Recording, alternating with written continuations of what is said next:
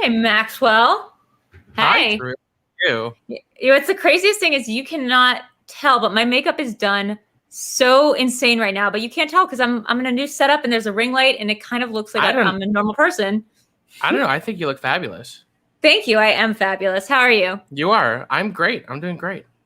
Awesome. And guys, welcome to another episode of Live in the Dark with Videodrew. This is my bi-monthly now talk show where we have on great people, interesting people, people of all shapes and sizes and walks of life. I think the last episode we had Mike Mitchell on. Was that really the last one? I think that was. I think so. I'm getting some nods. So yeah, that was an awesome episode. And tonight we have on Maxwell, whose last name I spelled Haddad the first time around. And I'm so sorry about that. How do you pronounce it, Maxwell? Haddad. Haddad. So it was very close. I'm just thinking close, of like the boy. No relation to Bella or Gigi. That's what it was. Or the guys in my Hebrew school class, I think, whose last names were also. Well, I was in a Hebrew school class. It just wasn't your Hebrew school class. What was the name of your temple? B'nai Torah. Nice. I feel like every time I ask that, everyone's answer is Temple Bethel, which was the name of my temple. Like, that's just good. There was a Temple Bethel in my hometown, but we opted for B'nai Torah for whatever reason. It wasn't my decision. You know, parents choose and you go. Yeah. And I don't remember that much Hebrew, but I'm pretty sure L is just like a letter, and I'm not sure what Beth is. Somebody's name probably in the Torah. I've known a few Beths in my life. They're okay. They're fine. We do have Beths. It's the Old Testament version of the Bible where it's just that part. That's what I we like got. Beth May. Beth May's pretty dope. Beth May's amazing, but I don't think any relation to my former synagogue. No, maybe. I wouldn't think so. So on this show, you know the show, you love the show. I'm assuming. I hope. What we do is we start with usually some movie news. I don't know what it's like when I move away from the mic. Can you still hear me pretty good? Absolutely. Sweet. Because this is a brand new setup, guys. It looks great. Thank you. Guys, remember, you can donate and help support the stream and support getting this whole shindig together by going to streamlabs.com/Videodrew. You see this little thing I keep messing around with? That will go up. And I have a little boop in the background. You see a little boop? That guy? Boop. He will also do like a little dance and be happy if you feed him money. And then my real life dogs will also be very happy. My real life dog is fast asleep. Oh, where is she? She's in the living room on the couch, like snoring. Oh, mine's right. Ours are right here on the bed that you cannot see. But let's get this thing going, guys. We have some movie news this week. And apparently it is not that Jake Paul and Ryan Paul are related. Although, are they both fighters? Is that how that works? Are they both MMA fighters and like YouTube personalities? And which came first? I think Jake Paul and Logan Paul were both like Vine and then TikTok and YouTube people. And I think the older one, who is Logan, maybe started fighting and the other one doesn't. But I know they're kind of like douchebags who made a lot of money like pranking people. And I'm not a fan. I thought Logan Paul was the one who fought. But I feel like I read today that Jake Paul was fighting. Maybe. I remember one of them got into trouble for making a video in the Suicide Forest. Yeah, the Japan Suicide Forest thing. That's what I knew them from. And next thing I know, they're like fighting Floyd Mayweather. Which was really icky. The whole thing is icky to me. Adelia's saying, I think they both fight now. I think that's true. I think and you would think that maybe they should fight each other and whoever loses has to disappear forever. So we'll have one less Paul to deal with. Right. Because I also thought, Ryan Paul was part of this, and I realized Ryan Paul isn't a person. I was thinking of Paul Ryan. And it's also Paul Ryan, yeah. Yeah. He was the former Speaker of the House. Yes, but also he's also not the same person as these two guys. Not related, as far as we know. Also very icky in his own way. Yeah. Kind of want to see them related. I want to see them take an ass whooping. It says Dagan. Yeah. Me too. I think I live in a perfect bubble in which I don't really know that these people were famous for anything. It's kind of like how I don't really know anything the Kardashians do. Like, I didn't really know. I knew the Suicide Forest thing, and I think that's about it. I knew one of them like fought, and then today I thought I saw like someone else's name was fighting, and I was like, okay, it seems backwards. It seems like maybe you should start with being famous for doing something like an accomplishment, like fighting well, and then you get to have your own reality show / YouTube channel / pranking people in the Suicide Forest. Paul versus Paul, loser leaves town match. Yeah, it's gonna be like Fast 9. F9 style, just the loser just goes away forever until he shows back up as an international superspy. As long as there's an elongated sequence of ziplining, I'm good to go. Yeah. I'd go as far as to say if you have Paul in your name, period, I have to hate you. Prove me wrong. Although I do like Paul Preston. Paul Preston's great. I'm trying to think if there's another great Paul. Can't Paul right McCartney? Off the top of my he's fine. Like until he proves otherwise, he's fine. Prove me wrong. He needs to prove me wrong. Exactly. Prove me wrong about this Paul thing, guys. I feel like there is another Paul that I did this in the Schmoedown, and I'm going to get some heat for this later. But whatever. The only other Paul that's coming to mind is Paul Anka, and I have no opinion about Paul Anka. Trying to think if it anyone's name in like P, like when someone's like J.P. Barnum. Paul Oyama. There we go. There we go. Paul Oyama. And Paul Walter Hauser too. Yes. So why there are good Pauls in the Schmoedown. And Saul, whose name is kind of Paul, but also kind of proves my point. Fair. Perfect segue into movie news, guys. What do we got this week? Let's start out. Let me read this out loud on my big screen. Warner Brothers has given the official title. Well, I actually haven't read what this is yet. So before I read further in the sentence, this is cool. They do have an official title for the Matrix movie. CinemaCon, whatever that is, presentation. It's the Matrix Resurrections, like plural. Not like resurrection. I'm getting the nod of the head. It's resurrection. The Matrix Resurrections. The film, directed by Lana Wachowski, is still slated to come out in December 2021. That's very now. That's very soon from now. Very soon. Question: who else is getting resurrected? Like Hugo Weaving? Who else is in the Matrix still? Is it? I don't know. I know there's been a lot of talk about how Lawrence Fishburne isn't in it, which to me has always felt a little like suspicious misdirection. Like maybe he is in it and they're just saying he's not. Yeah, I know Keanu's back. That's weird because no one else died. Like unless they're bringing back like Mouse or whatever from the first film, or like whatever Tanker, Dozer, whichever one died in the first Matrix film. I don't. Well, maybe it's the Matrix itself that's being resurrected because it's still a singular entity. Right? True. Matrix and Neo both getting resurrected. Seems like a resurrect. It wasn't the Matrix Revolutions, was it? It wasn't like it's like always been plural. It was Reloaded and Revolution or Resolute. I don't remember. Revolution, I think. Dude, it should have been called the Matrix Resolution for the fourth film. That's a great title. Well, that is a good title. That definitely suggests an element of finality. Yeah, NerdChronic saying nice Matrix 1 name drops. I remember all of them now. I just don't remember which one died. Tanker, Dozer, those two were like brothers. Then there was Mouse, also in the Matrix movie. I don't know. All I have to say about that is I feel like the better movie is called The Matrix Resolution, and that probably should have been the third movie because that sounds like a good. Yeah, that's a good third. I am excited for this one. Okay, tell me why. Like Lana. Well. I feel like when the first ones came out, the Wachowskis had yet to announce their transition. And I think going back and watching at least the first one, knowing that they're now trans, the whole trilogy, and particularly the first film, is a beautiful symbolic allegory towards the journey of transitioning. Yeah. So the fact that Lana felt she had more story to tell as she's been living life as a woman suggests to me that it's not just a cash grab, but that there's material that was important to her. Yeah. And I think I've heard her speak a lot, and I think she's an incredible mind. And so if she felt, this is something I want to do, I'm all here for it. I would say that like I've always thought the most incredible thing about not the most incredible, like one of the most ironic things about the Matrix is it spawned this whole term that we hear on the internet now about red pill, and like that's a self-appointed term, the red pill movement, and that was a term that like men's rights activists have gained from a movie that was written by two trans women, and like it is hilarious to me that that's what their whole thing is based on, like wake up, take the red pill, and you're like, you understand, wildly misappropriated term. Yeah, it's entirely misappropriated, but like it's like they didn't understand how they were misappropriating it, and that will never not be funny to me. Were you a big fan of Sense8? I did like Sense8. I'm a huge fan of Cloud Atlas. You're the one. You're the one person who's seen Cloud Atlas. I saw it in theaters a couple times. That score, that movie is amazing to me. So, but I did like Sense8. Yeah.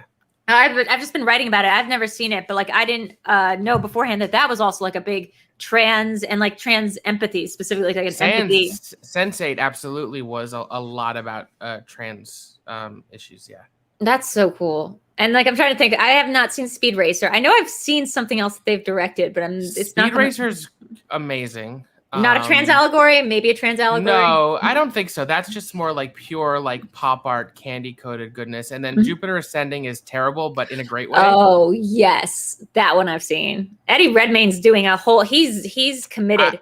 I don't think they've made a bad movie. Every time they go out to make a movie, they know exactly what they want to do. And I'm a big believer of any filmmaker has a set of goals, and if they achieve their goals, even if that goal is to make like camp, which Jupiter Ascending is, and they've achieved their goals. Yes. I would say, yeah. I would never say that Eddie Redmayne is somebody who's always understood the assignment, but I definitely believe that he's always brought in more extra papers than you actually called for in the assignment. Yes, he's like turned in the whole assignment plus some extra letters that he's written himself. He's definitely the type who like stays after class to get extra credit.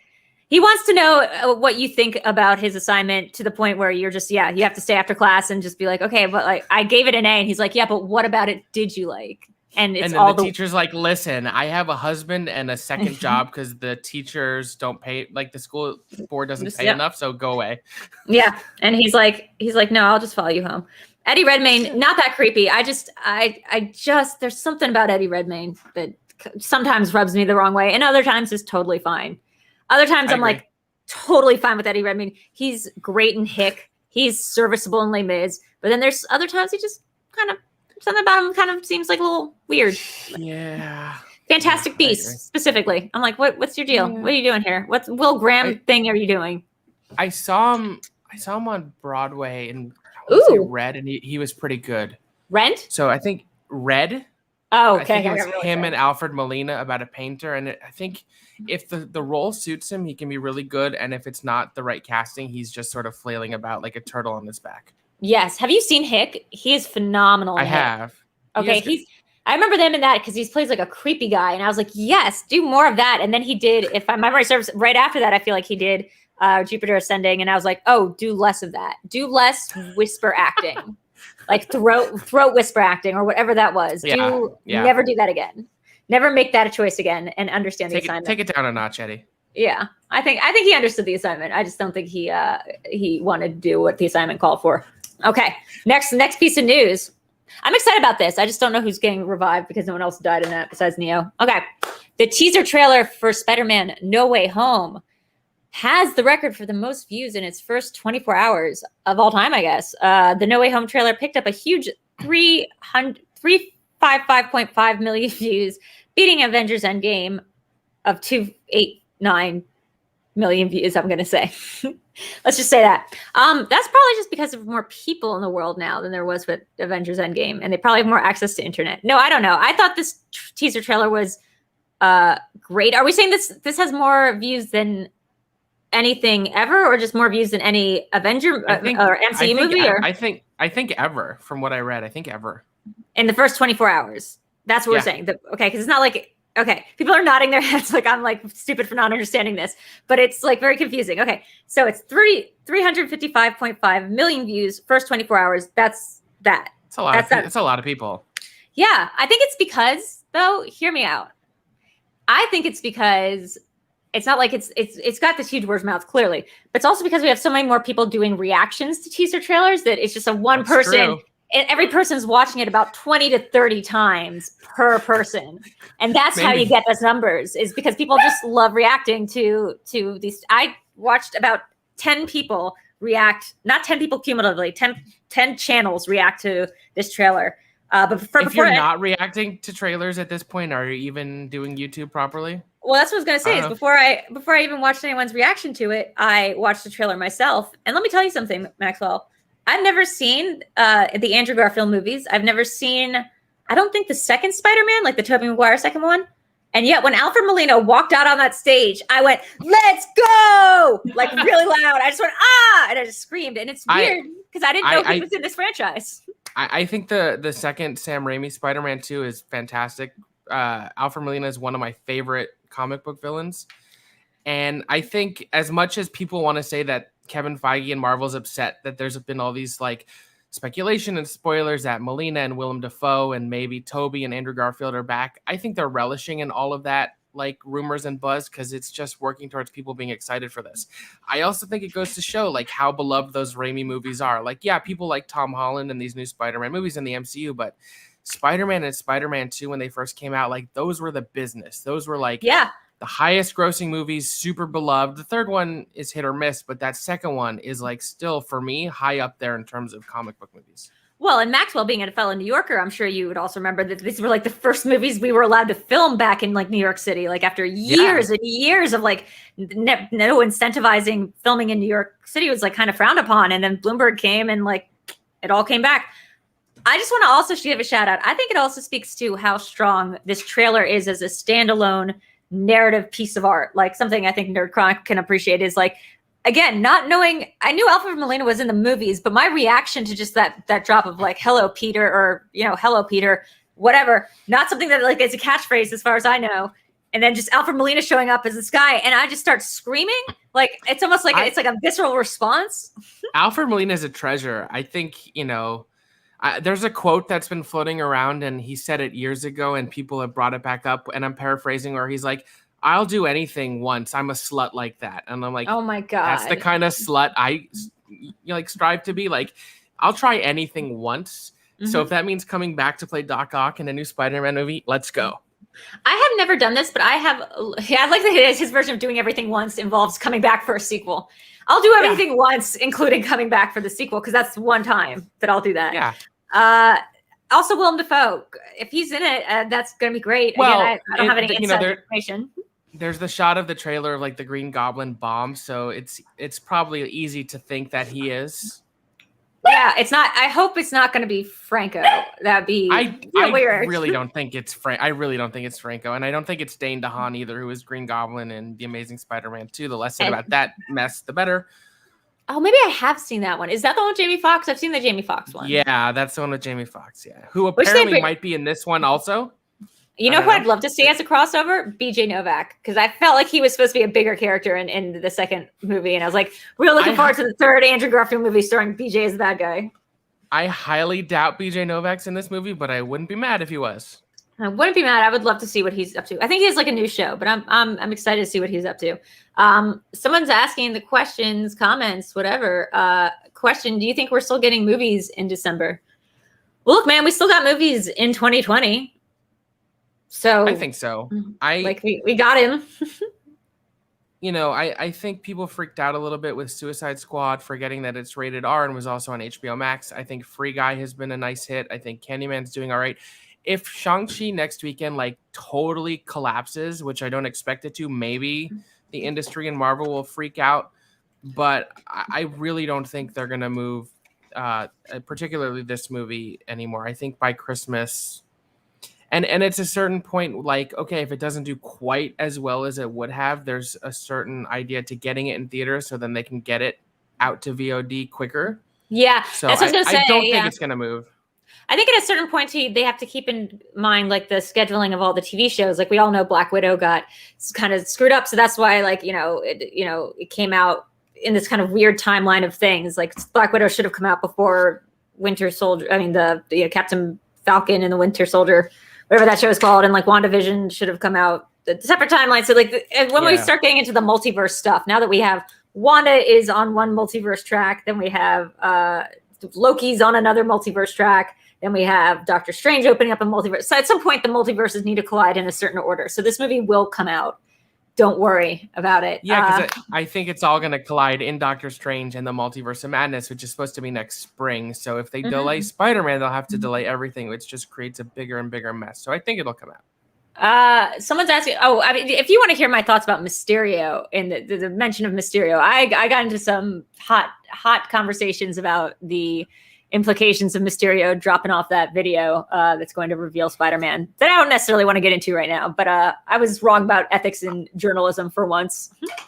I definitely think that we're leading towards a Sinister Six in the MCU. Also from what we've seen, Vulture shows up in Morbius, the Jared Leto Marvel movie, which isn't MCU, but now kind of is. And we don't know who might show up in Venom 2. So I think Sinister Six is as good as a done deal. And just how it shows up is to be seen. Why is his name Morbius? Did you say Morbius?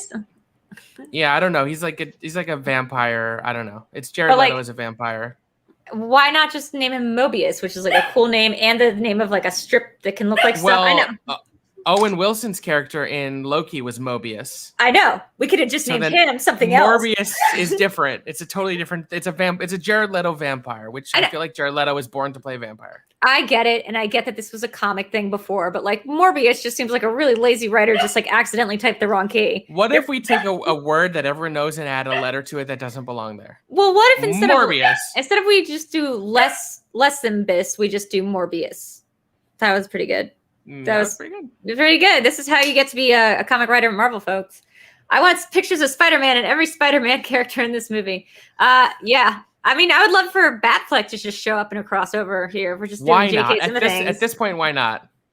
I want Jake Gyllenhaal, but only as Mr. Music from I want Jake Gyllenhaal from the Sackbug trilogy. Yeah, kids. I would love that. Stop it. You're ignorant. Like, I love it. It's so perfect. Yeah, the trailer looks dope. I have so many thoughts about it, but I know we have other stuff to get to. So let's go to our third piece of news. Boop. Cobra Kai, co-starring our own Paul Walter Hauser, has been renewed for a 5th season, season 5 at Netflix. The news of renewal comes before season 4 of the critically acclaimed series. Before season 4 of the critically acclaimed series has premiered. The new season premiere is this December. People love this fucking thing. People love. I love how involved Sean is in tonight's programming. He's just nodding his head. Yeah, people love it. People love Cobra Kai. People love the Karate Kid. I recently, Sean's just going so crazy about it. I recently watched the Jaden Smith one, and like that made me cry. And Sean's saying no to that. I don't mind that movie actually. It's not bad. It just like exists. And then earlier today, someone tweeted something that I'm sure was a reference to Cobra Kai or the first one. They were like, nobody touched this guy. But I only knew it, I think, recently. I was like, oh, wait, isn't that a quote from like from the Jaden Smith version of Karate Kid? And I was like, that's a weird reference to be making. And then I realized, oh, that's probably like a callback to the first Karate Kid. Nobody touched that guy until tournament, I think is like the line. Yeah. Yeah. I started watching Cobra Kai. I'm underplaying it a bit here. I've watched like part of the first season of Cobra Kai. I really enjoyed it. I think it involves like the kind of thinking that I love to take part in, which is like the devil's advocate. Like, but the thing is that kick was like really illegal though. But like maybe the hero of the show is actually like the bad guy. Cause like this kid's a jerk and like it's funny if you think about it. Like the idea of Cobra Kai kind of came from How I Met Your Mother, where Barney Stinson loved William Zabka and was like, Daniel LaRusso was the villain of the Karate Kid and Johnny Lawrence was the good guy. And then they're like, yeah, let's make a whole show about it. And I was kind of iffy about the first few episodes of Cobra Kai, but now I'm like in it with everyone. I think the show is great. I think it's just gotten better every season. Yeah.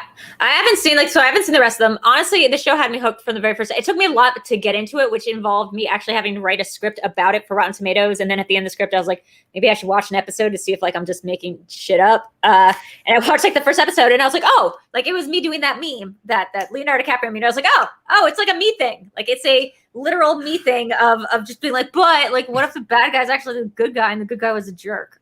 Like, but yeah.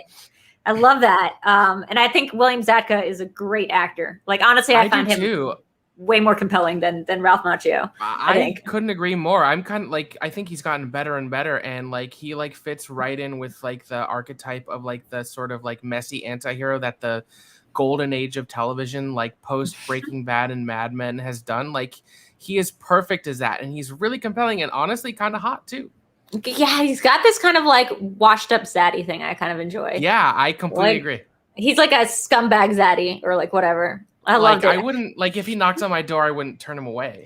I like in the first episode, he says this woman's acting like a bitch, and then like he gets fired from his job. He's like, I didn't say she was a bitch. I said she was acting like a bitch. And I was like, Good distinction, bro. This show was written by people. Yeah, it is a good distinction, right? Like, it is. This show was written by a team of lawyers, I'm imagining, who are very pedantic and I'm in love with, apparently. Yeah. So great. That's the movie news. And now we're getting to the you news, Maxwell. Oh. What's news with you? Boom. What is news with me?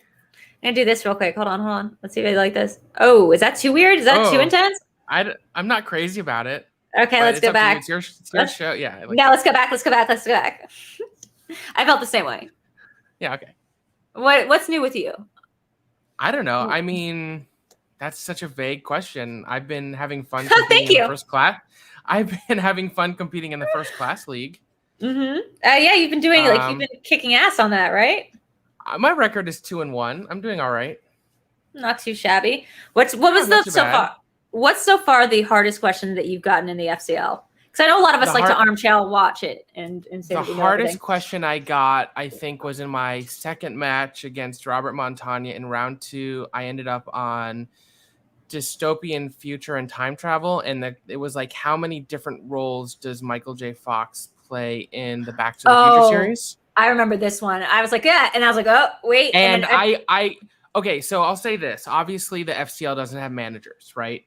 Mm-hmm. Which in a lot of cases I think is a good thing, but in this case, I contemplated challenging my answer because he plays young him and old him in Back to the Future 2, and so it's really like sort of pedantic if you determine that's 1 or 2. I don't know if that would have altered the ultimate outcome of the match. It was a close match. I didn't like embarrass myself, but had I had a manager, especially one who's like pretty good at trivia themselves, which I think most of the managers in the Schmoedown are, I might have challenged and it might have gone my way. I don't know, but that was definitely the hardest question. Was that the part that tripped you up, or like, what did you have trouble remembering, like that there was like a sister or two, or like? No, I knew all that. I just decided to count young him and old him as 2 separate characters instead of 1, because they occupy the same time, space, temporal. Right, but he's playing 2 different roles, but it's still just Marty McFly at different ages. So it's kind of confusing. So I understand where the writers were going with that, and that's why I answered the way I did. And I didn't. When you don't have a manager, you don't necessarily stop and think long enough if you want to challenge or not. And I didn't challenge. Right. Yeah, I remember that from my season 1, the American Psycho Challenge, the infamous American Psycho Challenge was something that I made. But I remember at the time, Mark Ellis, who was on the desk, was like, don't challenge that. We're going to overturn it. And I was like, I think I'm going to. Because like beforehand, like Christian was telling me and Tom, he's like, this is your shot. So if you're going to challenge something, find something to challenge in this match. So I was like, I'm going to try it. But it is kind of like, not something you just want to throw off right off the bat. I totally get it. And look, I'm like I said, I'm having the time of my life doing this. I've watched the Schmoedown for years, and I've always done very well playing along at home. It's a very, very, very different scenario when the so-called lights are on you. Like questions you might have known if you were just being like an armchair quarterback at home. All of a sudden, you slip your brain because there's added pressure. And with the FCL on top of it all, you're live. Right, like most of the Schmoedown matches are pre-taped, so there's less pressure. But knowing you're live, knowing you don't have a manager, it's just you and that's it. Yeah, like you get a little more nervous. So it's been a blast, and I hope I get 1 or 2 more matches before the season is done. And yeah. I mean, look, Clancy Brown, big example for me. My last match with Griffin Newman, like I know Clancy Brown, I know his name, I know his face and what he's done with his life. Of course, who doesn't love Clancy Brown of Invincible and a bunch of other movies I can name just like that if I wanted to, but right now I don't feel like it. Well, he's so young in Shawshank, he barely looks like himself. Also, but I recently had written it again. I'm just to be clear and set the record straight, I've recently written an article about like top 10 Shawshank facts that you should know. So like I had Clancy just right on the tip, but stuff is what it is. And you sometimes don't know in the moment. Having now played a little bit, not in the Schmoedown, but in the first class league, which is basically the Schmoedown, it's like I have so much more respect and less ire for people when they get questions wrong that I think they should know, because your brain just isn't working the way it normally would because the lights are on you. Yeah, I mean, it's a totally different scenario. Imagine just going up in front of your class in school and like reading out your book report or something. It's a totally different thing than when you're writing something at home. Like it just knowing eyes are on you makes the whole thing feel like a lot more precarious. Absolutely. Like you could be in a play and you could rehearse like crazy and know all your lines at home, but then you're in front of a live audience and there's added pressure, and all of a sudden you're like, wait, what's my line? Yeah. By the way, that happened to me so often in high school, they just stopped giving me parts because there's actually a famous yearbook photo of me in the Shakespeare Fest playing one of the Shakespeare Con, whatever we called it, playing one of the ghosts in Macbeth. I think it was, Macbeth is the ghost one. I was playing the king or like the king. And I walked out on stage. I had one line being like, beware Macbeth, not Macbeth. It was King Lear, not King Lear. What's the one with the ghost dad? Hamlet. Macbeth. Hamlet. Oh, Hamlet. Yeah, Macbeth has the witches, and then Hamlet has Yeah, so it was Ghost Dad. So I was playing Ghost Dad in Hamlet, and I came out and I was like, "Come on, Hamlet! Like, don't fucking be a jerk about Claudius or whatever, or do be a jerk." I think was my line. Do be more of a jerk about Claudius. Just make a decision already. But I walked out on stage, had one line to say, froze, and did like a very Videodrew kind of like smile at the audience. I just like didn't know what to do, so I just sat there like this, like with a rictus grin, and someone took a photo of it, and it is of course in the yearbook, and it says like Drew Grant playing Ghost Dad Macbeth, and it looks so creepy and probably added to the scenes. Isn't Ghost Dad a movie with Bill Cosby? Yes, but he's not related at all. Why did I say Macbeth again? It's Hamlet. Ghost Dad Hamlet. Because Ghost Dad Macbeth sounds really good. That does sound like something. It does sound good. I would watch that. Ghost Dad Macbeth. Yeah, it's actually Macbeth as a ghost dad. He's dead, but he's still like raising his family, and it's a sitcom. Hey, PLD. What's up, Paul? What's up, We're Paul? Just talking about FCL. And how great it is. It is great. I think, obviously, I'm biased because I'm a part of it, but I think considering everything, it's such a great product. Brad and Steph are great on the desk. The questions are just getting better and better. Like, I'm nothing if not honest. I think everyone will admit that the first few episodes, the questions were very easy. And I think that's by design because it is a developmental league. And as we're about to hit FCL 23, it's been on for a while. They've gotten an idea of who can hang and who can't. The questions have gotten better and better. Paul is an excellent, excellent writer of questions. I loved seeing him on the desk recently. Like, Paul's the man. I have nothing but love for PLD. Thank you so much, Adelia, for donating that $10. Were you able to hear that, Maxwell? Did that come through the audio at all? I did not hear anything. Okay, that means I have to adjust my thing. I have to adjust something because it reads it out loud, but apparently not to the audio. Okay, that's good to know. I will fix that, guys. I'm working on a new thing here. But my question for PLD is, how pissed is he that this year there's been nobody spinning the Ed Harris slice or in keeping it? That's like me and the Lynch slice. I'm just like, come on, someone just get it already. I will say this. Anyone in the FCL who isn't like vociferously studying Ed Harris films is making a huge mistake, because even if you don't stick on the slice, he finds his way to come up in a lot, especially in round 3. Many people have hit a 2 or a 3 pointer. That's an Ed Harris question. So I am like intimately acquainted with the filmography of Ed Harris now. Maybe not as intimate as Paul, but maybe second to Paul at this point. Oops, sorry, I'm trying to test the audio. Second to Paul, I would say, yeah, I would know Eddie Harris movies. Unless they're war movies, I think I know Eddie Harris movies pretty well. Maybe PLD can throw in a couple non-Schmoedown FCL questions that are about Ed Harris, and I can see how well I nail those. Look, if you're going to have like a niche favorite actor, Ed Harris is pretty dope choice. He's an incredible actor. Thanks, Bear saying I love you guys. Thank you, Burr. Thank you, Burr. Guys, I'm going to figure out how to do this audio thing, but probably not tonight because I don't want to have to be messing around with speakers while doing this in real time. So please keep donating, but just know that you might not be able to hear the sounds. Listen, we are 2 Jews on YouTube. We need and want your money, and we want your attention. 2 desperate Jews on YouTube. Money and attention is like my favorite things. Yeah, it's really what makes the world go around, as they say in that other show. Maxwell, speaking of shows, you love musicals, right? Like, how'd you get involved with musical theater?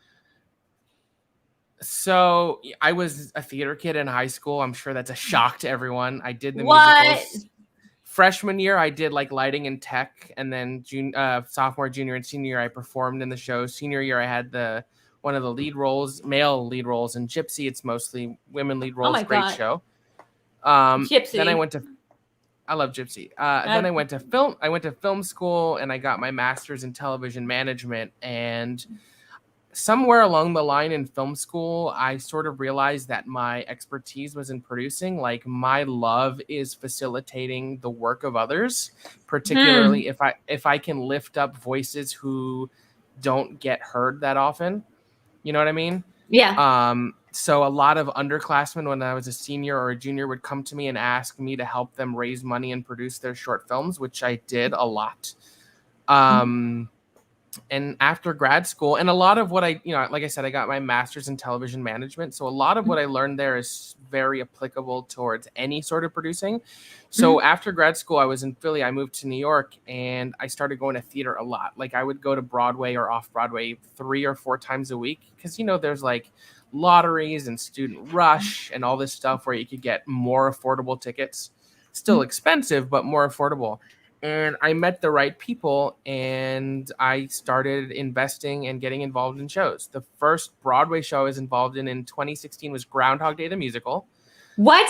They did that? Yeah. They did that the year that I left New York? Yeah, which I am still super proud of. I think it was a great show. Some of the best stagecraft I've ever seen. So, you know what a turntable is on a stage? Like Les Mis, iconically, has a turntable. Hamilton. It's like Lazy Susan on a stage. Yeah, exactly. So, thanks, Mike. Lashana Tovada, you too, buddy. Oh God, I was like, you're a couple months early, but you're right. High Holy Days. Like Rosh Hashanah is in like 2 weeks. That makes sense. So Groundhog Day had 5 concurrent turntables, which at the time and even still now is like unheard of. Why? Why did they need that many? Well, because when they would like do time loops, they would use the turntables to show, but also in like still to this day, maybe my favorite bit of stagecraft I've ever seen. There's a scene in the musical where they're at a carnival, and you know those rides where they're like spinning cars outside, like around each other. They were able to affix cars to the turntables and make this ride occur on stage. Oh my God. It was kind of mind-blowing. It was great. The music's great. The music is written by Tim Minchin, who, if you don't know, is this incredibly witty Australian songwriter. It was not a big hit, but for it to have been my first Broadway show I'm involved in, I'm going to be forever proud of it. And then go ahead. No, go ahead. I was just going to say, and from there, it just became networking. Like, it's a very tight-knit community. You meet people, you make impressions, you know who you want to work with. And at a certain point after investing and being like a small part of shows, I met the right people and I started producing. I've done like a ton of concerts and cabarets at places like The Pit, which is an improv theater, or 54 Below. And then my first like big producing gig was this, which you can kind of see here, Broadway Bounty Hunter. It's a musical by Joe Iconis. My name is on the poster, which is like a huge point of pride. Like, if you went back in time to like 12-year-old sad me belting out like Wicked and Lion King in my bedroom in Boca Raton, Florida, that one day my name would be on a fucking window card, I would have been like, shut up, you're wrong. And like, if I'm being a little arrogant, not just on it, but like I'm like the fourth name on the poster. And I learned so much on that. It was an off-Broadway show. I'm good friends and a huge fan of Joe Iconis. He wrote music for the TV show Smash. He wrote Be More Chill, which was his big Broadway. Oh my God. I was involved in Be More Chill when it was on Broadway, not as a producer.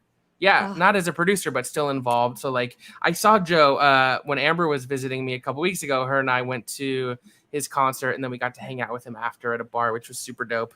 Can I tell you something? I've never seen Be More Chill. It's kind of like Dear Evan Hansen, where I actually don't know I don't even know if I have the story exactly right, but I just know that first song is so good. Ooh, that's what we got here. Hold on. NerdChronic says, genuine question for Maxwell.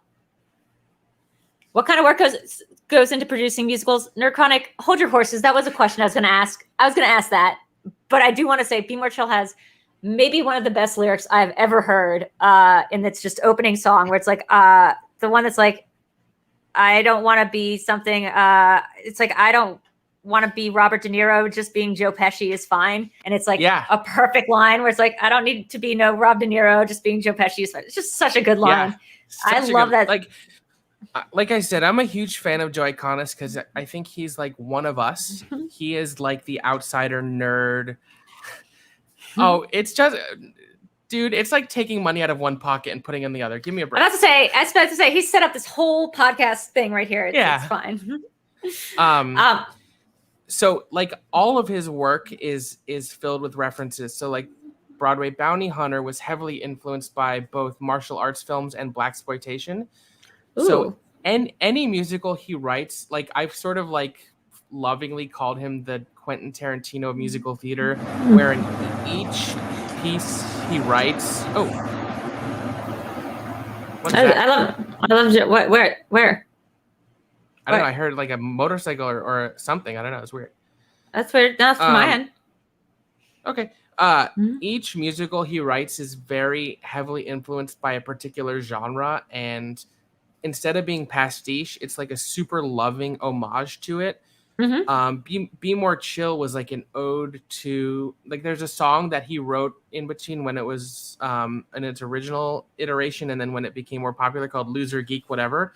Like that is his ode to like the high school outcast. Yeah.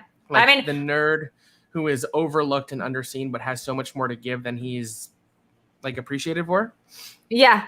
And I think the cool thing about Be More Chill is I've heard the plot since then, and apparently it is wild. It's like about something that either you take, or it's kind of like a Venom situation where you become like a symbiote with something that makes you cooler. So it's based on a book by Ned Vizzini, who also wrote It's Kind of a Funny Story and who very tragically killed himself. And what's so sad about that is It's Kind of a Funny Story is a beautiful novel about a kid who is suicidal, spending time in a mental institution. So it was one of those things where life imitates art, unfortunately. But you can sort of see the like through lines of that notion of being underseen. But yeah, Be More Chill is about a kid who finds out about this Japanese supercomputer called a squip, which is a pill that you take and basically implants a computer in your brain, which teaches you how to be cool. It's basically the movie Upgrade. It's exactly, like, except instead of like violence and fighting people, it's like how to mac on girls and like what's relevant to talk about. I mean, that's so cool. And everyone who sees the squip in their head, it like comes to them as a different vision. So the main character sees it as Keanu Reeves. What? So the actor in the musical who played the squip was basically doing a Keanu Reeves impression, and the guy who played it, Jason Tam, was amazing. Like he even did the like, whoa, bro, you took a squip and I'm going to teach you how to be cool kind of voice, which is so fun. I need to listen to more of that musical. I've literally listened to the first song. I was like, I love it. I never have to listen to anything else from this musical. I get this way about stuff sometimes, and I don't know if it's like a familiarity thing. I think that's it. But it's like if you hear a musical out of context, for me, and I think other people would agree, the best song in Be More Chill is called Michael in the Bathroom. Ooh. And what's great about it is, so the main character, Jeremy, is the outcast, but then Michael is his best friend. He's a stoner. He's queer or queer coded. And so he is like the super outcast. So like when Jeremy takes a squip and starts becoming cool, Michael is the one he leaves behind. So Michael in the Bathroom is like the big act 2 I Want number, where Michael is lamenting how his best friend has left him. And to me, that song is like a beautiful ballad with gorgeous lyrics. That's, I think, the song that really resonated with people, and that, you know, because with Be More Chill, it played in New Jersey and then it kind of disappeared and then it became popular on Tumblr. Oh, is that what it is? Because I'm like, how do I even find a rendition of this? Is wild. It was like the real first time where social media like made a show go from nothing towards relevance. In fact, I've sort of toyed with the idea of trying to put together like an oral history of the Be More Chill phenomenon, which I feel like, knowing a lot of these people, I would be in a good position to do. I think since then other shows make that into a musical. You could. But yeah, if you're going to listen to one song from Be More Chill, Michael in the Bathroom is my recommendation. I'm going to have to do that, because I think my thing is I listen to Spotify, and so a song will come on and I'm like, I love this out of context. Another one that is like that is The Ballad of Sarah Berry from 35mm, I think it's called. Yeah. Ryan Scott Oliver is another incredible, like, up and coming musical theater writer. He wrote a show called Darling, which is like another riff on Peter Pan, which is the last thing we need. But there's a song on that show called The Song of the Dead Fairy, which is one of my like favorite underappreciated musical theater tunes. I mean, it's so good. I don't even know, again, so this is a song that is self-contained, the Sarah Berry ballad, and I don't know if the rest of the show is also about this one storyline or if it's about, it strikes me as like this show is probably about a bunch of different things. It is. 35 millimeter is like a bunch of different stories. Yeah, it's almost like a song cycle as opposed to a traditional musical. It's really good though. It's this ballad is about this chick who wants to be prom queen, and the thing is that a girl loses her arm or like leg in a car accident, so she becomes like more popular, and this chick is like, how do I beat her? And like her dad's like putting a lot of pressure on her, so she starts murdering her friends to become like the more popular girl, because I guess more dead friends equals more sympathy. It's like a very dark, like Heather's like situation. And when I hear these songs out of context, you know, sometimes they don't resonate because I don't know, again, the context that would make them meaningful or impactful. Also, like, I'm not as big of a ballad person as I think some people are, or like a, you know, but like this song is so good. It's so dark, and it's just like, it's got a hook that's really catchy. How do you determine what kind of musical you want to be involved with? Is it based on the person, like you said, networking, or is it you hear something? Yeah, I mean, there's a couple of things. Like, as much as this like upsets my parents, for example, like I tend to stay away from the super commercial stuff because they're always going to be able to raise money. Like, as much as I love Beetlejuice the musical, for example, like that's not a show I would necessarily want to get involved in because they're going to be able to raise money. They're going to be able to mount it. Like, to me, I am lucky enough to have means to work in this industry. And to me, it's important to support either stories or artists who have something that I feel is underseen and needs to be lifted up. Like giving a voice to the voiceless. So there's a composer I work with a lot named Preston Maxwell, and he's a trans composer. He wrote a show called, you were on a show with him on when it used to be the PJ Campbell Network. I was like, this name sounds very familiar. Yes. Last October when we did my show, Front Center Mez, we did like our favorite spooky musicals. He was the other guest. So he wrote a musical called We Are the Tigers. The cheerleader one, right? Right, which is like a cheerleader slasher musical, which I love, but I like working with him. So he wrote a parody musical called Carrie 2, the unauthorized parody musical, which I produced a concert of in 2019. And then last year, in the height of the pandemic, I produced a Zoom concert of a show I had produced the year before called A Very Netflix Christmas Musical, which is like a parody of like their crappy Christmas movies.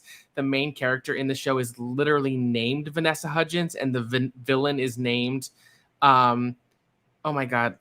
Kristen Chenoweth. You can just say Kristen Chenoweth. Sure, that works. It's Andy McDowell is what it is. Oh, very good. And Preston's like really idiosyncratic and has a great wit, but as a trans artist, I feel like he is maybe getting overlooked in a way a straight white man is maybe getting all these opportunities. So to me, it's important to align myself and work with people who I think have something worth saying or who's being ignored in favor of a more traditional storyteller. So I guess this goes back to NerdChronic's question, and it's sorry for switching gears a little bit here, but it took me a long time to figure out what the different kinds of producers are in movies, or like what they do in movies and television. There's like executive producers, there are producers who are like sometimes the actors of the show. What is, I guess, as a full final stop, what is the role of a Broadway producer? What is the job? I have been a lead producer on concerts. I have yet to be a lead producer on a full-fledged musical. So like right before the pandemic hit, that was sort of the path I was on. And the pandemic has sort of slowed my role a little bit, although my goal is still to hit that. And speaking of lead producing, I am producing a concert with Amber because her and I have started a production company together. I'm sure you all know Amber. She's a mod on this very channel. That's written by Preston Max Allen. It's called Amy Adams Wins an Oscar. It's about Amy Adams being upset that she has yet to win an Oscar, so she starts murdering other actresses who have won Oscars, like Meryl Streep. This is just Sarah Berry. I love it. Basically, if you go back to my Twitter, or I can retweet it again, there's a music video for one of the songs called Katy Perry song. That's going to be on September 21st, I want to say, at 54 Below. And our goal also is to film that concert, so there should be YouTube of that entire show to watch. But like, if you're a lead producer, you're facilitating every aspect of it. You're making the hiring decisions. You are determining what theater you're going to be in. You're hiring the marketing company. You're deciding who the casting director is going to be. You need to hire a management company. You need to hire a stage manager. You need to hire everyone in the pit. If you're a co-producer, which is what I've done thus far, it's mostly raising money and going to marketing meetings. Because I am younger than most co-producers are on Broadway shows, my voice has very thankfully been listened to a bit more at some of these marketing meetings, because it's normally like a lot of older people and then maybe me and one other person. So they are curious to hear my perspective as to what might appeal towards people of my age. Yeah. Because I mean, let's be honest, you're going to outlast them all if they're the usual age of traditional Broadway goers. Yes. They might as well start listening to you about what you want. And, frankly, there have been some frustrations there, because myself and some people I've worked with and other people I know who are my age also trying to do the same thing have these ideas that, as progressive as one might think the theater industry is, it's actually not in many ways. It is built on systemic racism. It is built on old white money. It is very set in its ways. And I think we're just now starting to see some changes, like a lot of shows that are about to reopen, because blissfully Broadway reopens in 2 weeks on September 12th, 13th. New York is back, baby. There's one show that's open now in August, but most shows are opening in about 2 weeks. A lot of these productions, even long-running shows like Wicked, Hadestown, Lion King, have hired I don't know the exact terminology, but basically like a diversity and inclusion coach to ensure that every role, from the actors to the dressers, a dresser is someone who, when a character has a quick change, is literally like taking off the costumes and putting on the new costumes, to hair and makeup. What's that called? What's that role called? Because that's an awesome job. A dresser. A dresser. It's like cool to be named after furniture. That's a cool way to get if you go back and watch some Tony speeches from the past, like the real ones will like shout out their dressers, because there are some shows where you have like 20 costume changes and you have like 30 seconds in between scenes, and you need to go from wearing like your tap outfit to a tuxedo, and look, someone's got to help you do that because your mic pack's got to stay on. So the goal is to try and have a makeup of talent behind the stage and on stage that more reflects what the world actually is, because this world is not straight and white. This world is multicolored and multi-gendered and multi-sexuality. Like, there's all sorts of people, and much like film and television, theater is very stuck in its ways in terms of being straight and white. Which is why it's been important to me to align myself with productions that propagate voices that need to be propagated. So I'm hopeful that with the lessons that we've taken the time to learn during the pandemic, with the riots last year, the racial and social unrest, that the theater community will learn the right lessons. I don't know if that's 100% going to be the case, but I see small changes occurring that suggest to me that we're on the right path. And not to say I'm putting this all on my shoulders, but there is a young class of producers like myself who I think have a similar vision. And I'm hopeful that within the next 5 to 10 years, as we become the lead producers, as frankly, the old farts die out because no one lives forever, that we will be able to bring what the world looks like into the theater community. Go ahead. No, go ahead. No, I was just going to say, like, producing a show is everything from hiring to raising money towards, I think it's very similar to producing a movie. Like, the goal of the producer is to work with the director and do everything you can to ensure that their vision is carried out in a way that's also going to be financially viable, that can make you some money, and that won't embarrass anyone involved. Well, I think you actually hit on an interesting point here, which I'd love to talk about. We talked about a little bit about the Tumblr thing, about the success of about the plays there, or the Be More Chill there. What would you say to me, the argument that not the reason that there's so many old farts and fogies that are in charge of Broadway is because Broadway is not democratized. It's literally only for people who can afford to go to the shows and who live central and can afford the plane flights. I mean, Hamilton, I think, did a good job of propagating itself everywhere with the Ham for Ham and putting itself online. How can shows do a better, or not do better, but do more to be more for everybody? People living in Boca Raton, people poor kids up in, wherever they are. Because, we have that for movies, but theater has always been about the immediacy of physically being there. I'm glad you asked this because I think accessibility in theater is a huge issue that needs to be addressed. Like I mentioned, like when I was first living in New York when I was 22 after grad school, there are lotteries, there are student rushes, there are to a certain level ways to see theater more affordably, but that's like a very small portion of the tickets that are sold.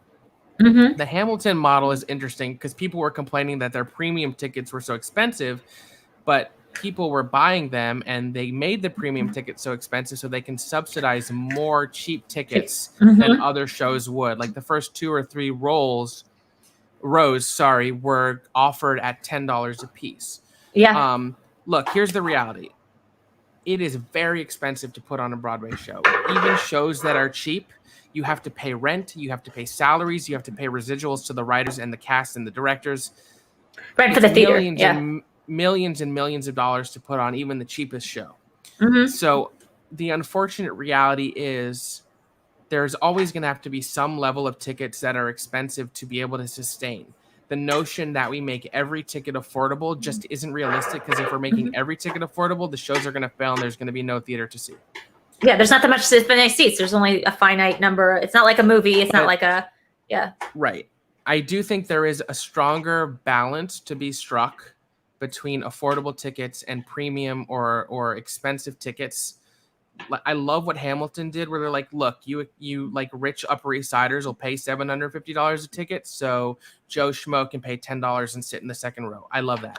I also think I'm a big advocate for filming shows. Hamilton filmed their show. Yes. They put it on Disney Plus last summer. I've talked to older producers who feel that filming and putting their show out is going to take audience members away. I could not disagree more. Could not disagree more. It's not like when you see a movie, you're like, you know what I wouldn't pay for? An experience to be like 5 feet away, 10 feet away in the same room as like Tony Stark. If anything, I would argue that being able to watch a pro shot of a musical may convince someone who is iffy that, oh, this is something I want to experience live. Absolutely, 100%. I know, like, oh God, like, yeah. 90% of people who are watching the pro shot probably couldn't afford the plane tickets and the theater tickets and the hotel anyways. Right. So you're making your money. It's bringing this art to people. And you can charge tickets to the pro shot like Newsies, which I'm a big fan of, played in theaters. Mm-hmm. It made a ton of money on theaters. And now I don't know if it's on Netflix or Disney Plus, but that just brought the production more money. And we're not talking, by the way, we're not talking about the movie versions of films. We're not talking about In the Heights or Rent, the movie. No, we're talking about the static shot, or it's not static shots, but the pro. Yeah. Right. Now, there is a common misconception, and I do want to address this as long as we're talking about this topic. People are like, well, Hamilton filmed Newsies films. Why can't every show film to make it accessible?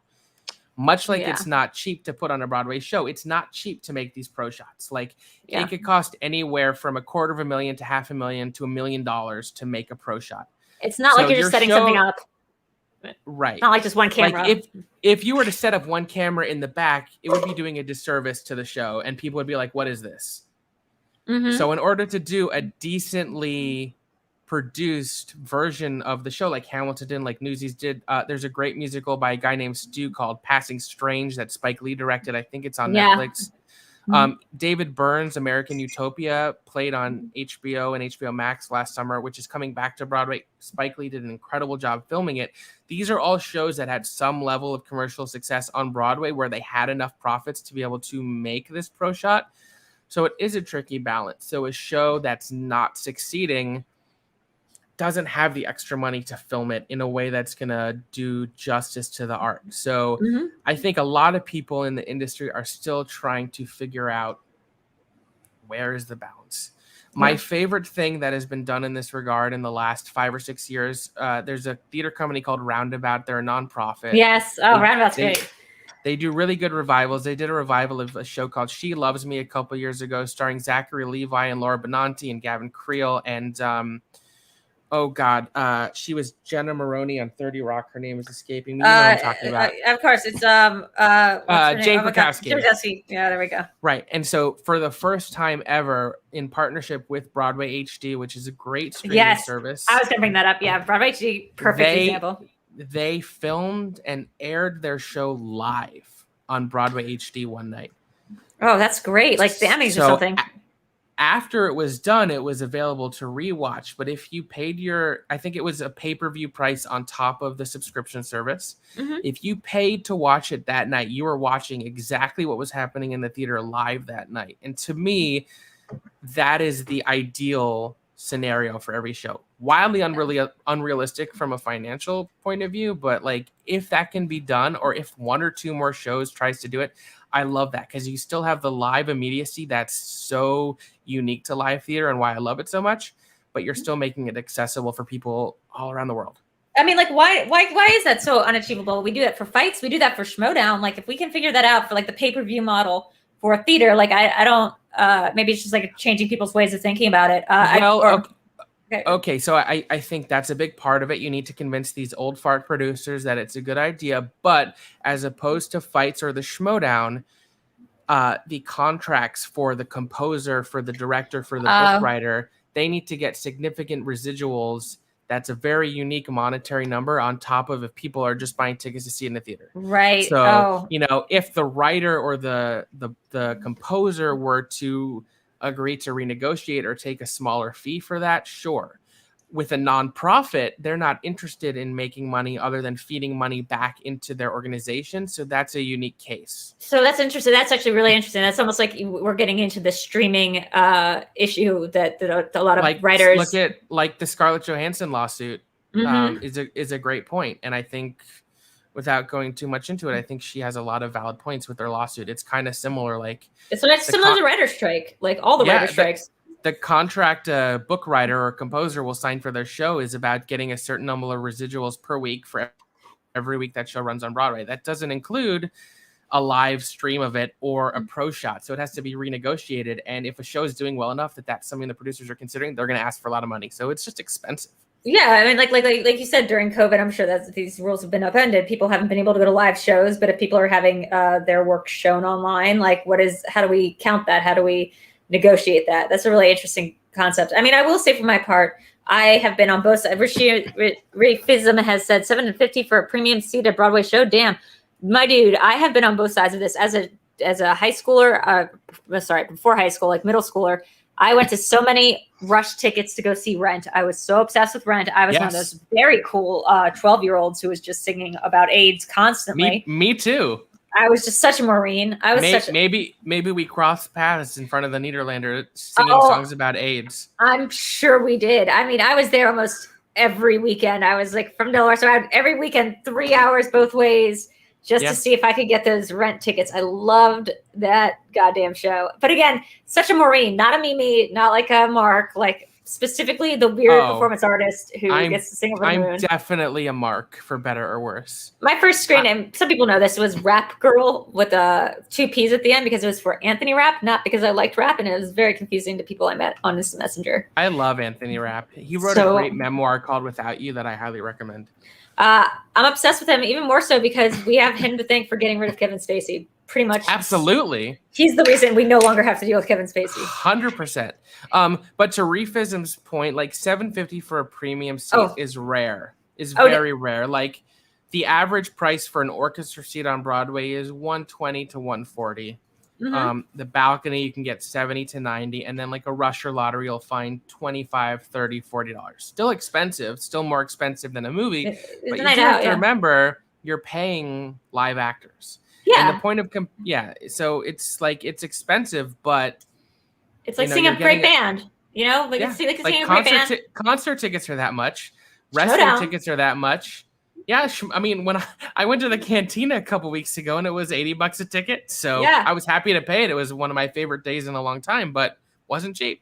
Right, but to Refism's point, though, let's say the other side of the ticket, this side of this whole thing is when I went to go see Hamilton, my husband at the time bought the tickets. I believe it was on Halloween night in 2016, right? So it was $1,000 per person that night.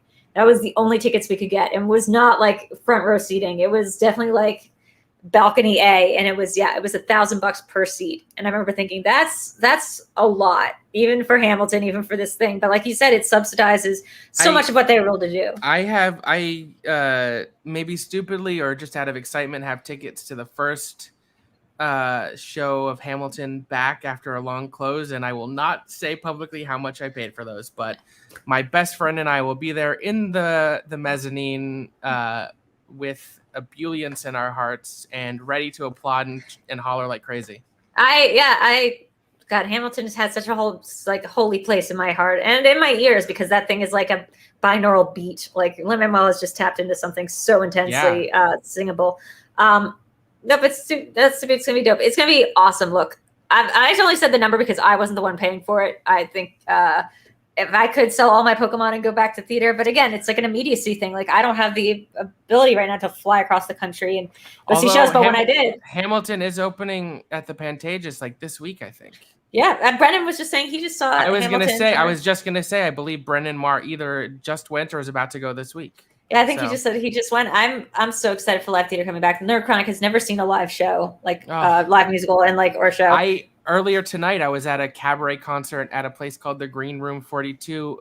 Eva Noblezada performed. She's the female lead in Hadestown, and it was just like the energy. It's like a small place, like 90, 100 people. Just like everyone is so excited to be seeing someone perform live again. There's a palpable energy. Just think about how excited we all were to go back into the theater. Now imagine that, but real people are in front of you doing their work, or like it's crazy. Somebody's saying, have you seen? Speaking of Lin-Manuel, has anyone seen Vivo yet? I don't even know what that is. It's a relatively new Netflix animated film that he plays the lead role and wrote the music for. It's high up on my queue. I just have not gotten to it yet, Mike, but I do want to watch it. Have you seen, I'm sure you probably know what it is, 21 Chump Street. That is online for you. So cool. So he took an NPR episode about the story about this kid who was basically honey trapped into selling weed to an undercover cop in his high school. That like the woman was very young looking and she pretended to be a student and she got him to sell her drugs. And it's a 17-minute musical. You can find it online. It's short. I think John Groff is in it, right? No, it's not Groff. It's the guy from Hamilton who plays the son. It's that John guy. Rua. John Rua's in it, and then the one, it's the woman who was the sister of the chick I went to college with, but that doesn't help anything. She's in it, and it's just really great. Check it out online. It's called 21 Chump Street, and I love it so much. It's also very like singable. Yeah. So all of that leads me to The Inheritance, which I am most proud of. You can see that. Well, you can see the ring light reflection, but you can also see the window card here. This was a 7-hour play shown in 2 parts. You had to buy 2 separate tickets. Ooh, that's what they get you. It's very much the spiritual successor to Angels in America. It's all about the AIDS crisis. It's about the modern generation of gay men in New York reflecting back upon their ancestors and how they paved the path to make life more livable and copacetic for them now. I formed a little company with 2 people for it, raised the money. That is what I'm nominated for a Tony for. That's what I won. Wow. I'll show off my awards because I'm super proud of them. This is a Drama Desk Award, which is really pretty. And then what I'm most proud of is the GLAAD Award, which is such an incredible trophy. I never thought anything with this would happen to me. I'm just a stupid kid who likes theater, and the fact that I have a GLAAD Award with my name on it from a play is I pinch myself most days. I'm like, I did this? Really? But it's a really heavy trophy. If anyone ever breaks into my house, I know exactly what I'm going toward to hit them over the head with. It's this thing. This has got to be 40 pounds. So how'd you get involved with this production as it moved over from London to New York? So there's a guy named Seth Greenleaf. He was one of the producers on Groundhog Day. And he sort of became my mentor over the years. Also a Jewish guy from Boca Raton, older than me, very similar perspective. He sort of took me under his wing, and we were just waiting for the right project for me to produce with him. And I loved this play. I didn't get to see it in London, but I read it. And to me, if you can go on Amazon and buy a copy of the play. It is absolutely stunning and gorgeous. It means so much to me. I think it's an incredible work of art just on the page. And I knew I had to be involved in it. And Seth was I'm proudly and openly pansexual. So the goal of the production team was to get as many producers involved who are in some capacity queer. So that gave me an in and gave me particular interest in the show. So I formed a little company with 2 people. We raised the money, and it's thus far my greatest artistic achievement and accomplishment. And the Tonys are finally happening in like 3 weeks. So win or lose, genuinely, like, I know it's such a cliche and such bullshit, but like, it's a fucking wild honor just to be nominated. Like, I have a certificate and I have like a little pin they send me. Like, that's enough. Like, I don't even care if I win. It's just like, I had set like a goal to myself when I first started getting involved in theater. Like, yeah, I'd like to be nominated for a Tony by the time I'm 40. Well, fuck you, self. I beat that by 7 years. That's incredible. So now the sky's the limit. Yeah. Now, where do you go from here? Well, you know, like I said, I want to start, you know, within the next few years. I mentioned Amber and I have started a company. She is an incredibly rare and special person who I think has a very similar perspective and worldview to me. And one of the first people I've met who I felt could like hang on my level and has the same goals in terms of what they want to accomplish.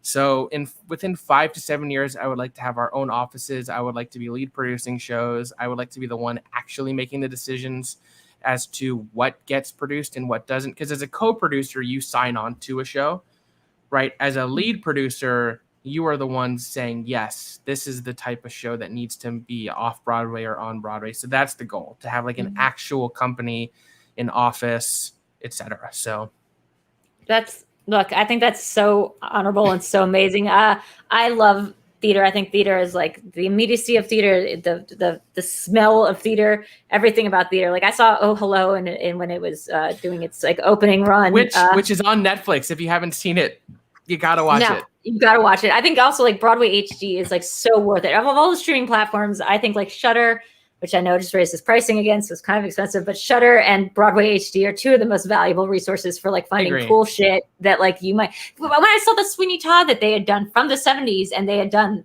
I'm not sure if you call it a pro shot or whatever, because I'm not sure if that's this proprietary tech, but like it is like whatever they stitched it together with, like people, like the camera's on the stage sometimes, like you can see it moving around between the actors. And that was in the 70s. This was like the original Sweeney Todd, or what, 80s? 80s? Yes. The one with Angela Lansbury and Len Cariou, I think early 80s. Yeah. Yeah, 1982. Yeah, so like that, they have stuff down there that makes it look like Hamilton. Like it's Broadway HD is great. It also, I believe, is home to what I think got me into theater, obsessed with theater as a kid, which was Into the Woods. The one that is done like it's almost done like a reading, like a stage reading. It's not like the full set. It's not like the full thing, but it is characters basically come up and sing a song into the mic, kind of like the Les Mis 25th or 20th anniversary thing. And it's so good. When I was a kid, I just was obsessed with Into the Woods. And then as I got older, I got more obsessed with Into the Woods. And at every stage of my life, I have found Into the Woods has something to say to me. And for a really long time, I didn't know that there was other Sondheim shows. I just kind of knew about Into the Woods, and that was it. I think it's an indefatigable fact that Stephen Sondheim's the greatest musical theater writer of all time. Of all time. There are others who are incredible, but Sondheim is the high watermark as far as I'm concerned. I also consider him one of the great white rap artists of like our generation, or not my generation. You know, if you look at like, God, I can't remember the name of the song, but in Company, the marriage song. Oh, Not Getting Married Today. It's the fastest song brought up way until the syntax and pacing in that is like Eminem's rap god. Like, I don't even know if Eminem could keep up with that. I don't think I think it's one of these rare songs. I listen to it every day before my wedding, probably 8 times a day for like 6 months. I was like, why is this song speaking to me? I didn't understand the irony of that, but I was like, this song is really speaking to me. There's a new production of Company, which got to play like 12 previews before the shutdown, and which is blissfully reopening in November, which is gender swapped. So Katrina Lank is playing Bobby. That was on the West End, right? Before it was here. And then all the other roles are male, and so now I'm Not Getting Married Today is a queer couple, 2 men, and I was lucky enough to see the first preview with, and this is a bit of a like humble brag, like Stephen Sondheim was sitting on the like adjacent aisle to me. So I had a hard time not looking over to him to see what notes he was making. I'm like, I'm enraptured in this incredible production of the show, but like, oh my God, that's Stephen Sondheim. What are his notes? Can I see your notes, Mr. Sondheim? Please, please, please. Hell yeah. To quote my favorite SNL sketch of the moment. Hell yeah. Not to do a double name drop here and be like that person, but one time I did get a message from Ronan Farrow at like 3 a.m. being like, I am with Sondheim and who's his co-collaborator that does a lot of his books. He was like, I'm doing an escape room with them right now, and they didn't take away my phone. What's up? And I was like, yo, it was like it wasn't Sondheim's birthday, it was the other guy's birthday. The guy who I think he did the book for Into the Woods, or maybe it was even Hal Prince. Yeah, Hal Prince. Or this was like before, because Hal Prince died, didn't he? So maybe it was, or am I crazy? I'm like being a little confused now. But like the point is, escape room, Ronan Farrow and Stephen Sondheim. I would never want to escape that room. I would just want to be there forever. Yeah, he did die in 2019. Okay, so this was probably probably about 15 or 16. But just that idea of what an escape room with Stephen Sondheim and Hal Prince would have been like, mwah, chef's kiss. And I love a good escape room, so that sounds. I would have like honestly thrown away the key. I would have tried to figure it out. I'd be like, just leave us in here. Never take me away. I did find it funny though that no one took away Ronan's phone, or that he had a backup phone so he could text people and brag about it. Guess where I am right now. He never knows when he's going to find a story he has to break. I mean, his Netflix. I saw his new HBO show. Or a sexual predator he's going to have to take down, because Ronan Farrow is, to me, one of like the journalistic heroes of our time. He's great. He's also the who introduced me to George Lucas once. He's the cool. He's also the coolest person ever. I love Ronan. His book, I can't remember what it's called, but the book he wrote a couple years ago is fantastic. The new HBO show is about that. So he's adapted the thing into this HBO show about it's interesting because it's essentially it's about the women who broke the Weinstein case, but it's also his story of how like being himself during breaking the story, because he was the one that kind of started the Me Too movement with all his reporting for the New Yorker. But it also is about the story, at least from what I understand from the book and from the TV show, becomes very much about how Ronan Farrow was reporting on it. So it's like he's reporting on his own journey. It's like an autobiographical story in a sense. Like it just becomes about how NBC killed the piece and all this stuff. Yeah. And it's very interesting. Definitely check it out. Ronan Farrow is also like a genius. He like went to Harvard at 16. He's like a Rhodes Scholar. He's just the greatest. And Frank Sinatra is definitely his dad. I mean, honestly, I could see it. I can see it. Look at their eyes and look at their lips. Absolutely. Woody Allen is not his father. I'm sorry. I mean, in any way. But here's what I wanted to say, though, and that reminded me of the Ronan thing, is if there's anybody that you would love to collaborate with, that you aren't already collaborating with, like a playwright or an author or a journalist or a performer, who would it be? This may sound weird considering I spent all this time talking about how I like to prop up voices who aren't being propped up, and the answer I'm going to give is a straight white guy, but it's Dave Malloy, who I think is the Lin-Manuel Miranda aside, the great composer of our time. He wrote The Great Comet. You can't see it, but I have the window. Oh my God, that's so good. He wrote a show called Ghost Quartet. He wrote a show called Octet, which is a brilliant chamber musical about people meeting at sort of like an AA, but for people who are addicted to the internet. I've shown this off before, but this is a Great Comet tattoo. I never got to see that, but like, there we go. There at the top. That's the comet. That's very cool. I know Josh Groban a little bit. I remember being like, is there any way I can get tickets to this? And he was like, nah, fam. And I was like, okay, cool. I get it. I ended up seeing that show 13 times on Broadway, and it was so cool. Less than a year run. And to me, it's the most impactful piece of art I've ever seen in my life, because, Dave is writing aside, and I think he is a genius writer. The way that show broke the mold of what a Broadway musical can be. There is no there's never a fourth wall in theater, but there especially literally no walls. Fourth wall. It was all in the round. Walls, fully immersive. Like there was seating on the stage. It was incredible. Go listen to that musical. Listen to Octet or Ghost Quartet. He has a 4-hour musical adaptation of Moby Dick that played at Boston a couple years ago that I hope finds its way to New York. Like this guy is just playing at a level that's like, he's like, fuck commercialism. Yeah. Fuck making money. I'm just going to write what I want to write. And I think he's a genius. You're going to hate me so much. A couple times, but go ahead. No, go ahead.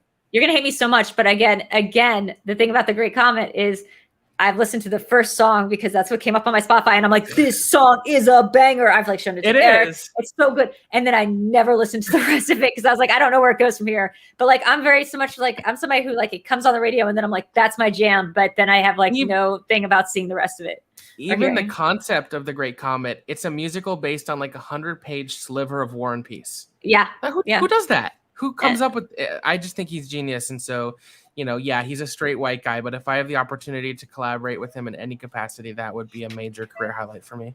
What's the name of that first song in Great Comet? I think it's just called Prologue. It's the dial. I mean, again, I'm such a word person. I think that's why musicals speak to me in a certain way that traditional like music, pop music, any kind of music has a hard time relating because like it tells a story and the words can be so trippingly like intelligent. I sort of think Dave Malloy is the successor to Sondheim in terms of his use of language and syntax and syncopation in his musical writing.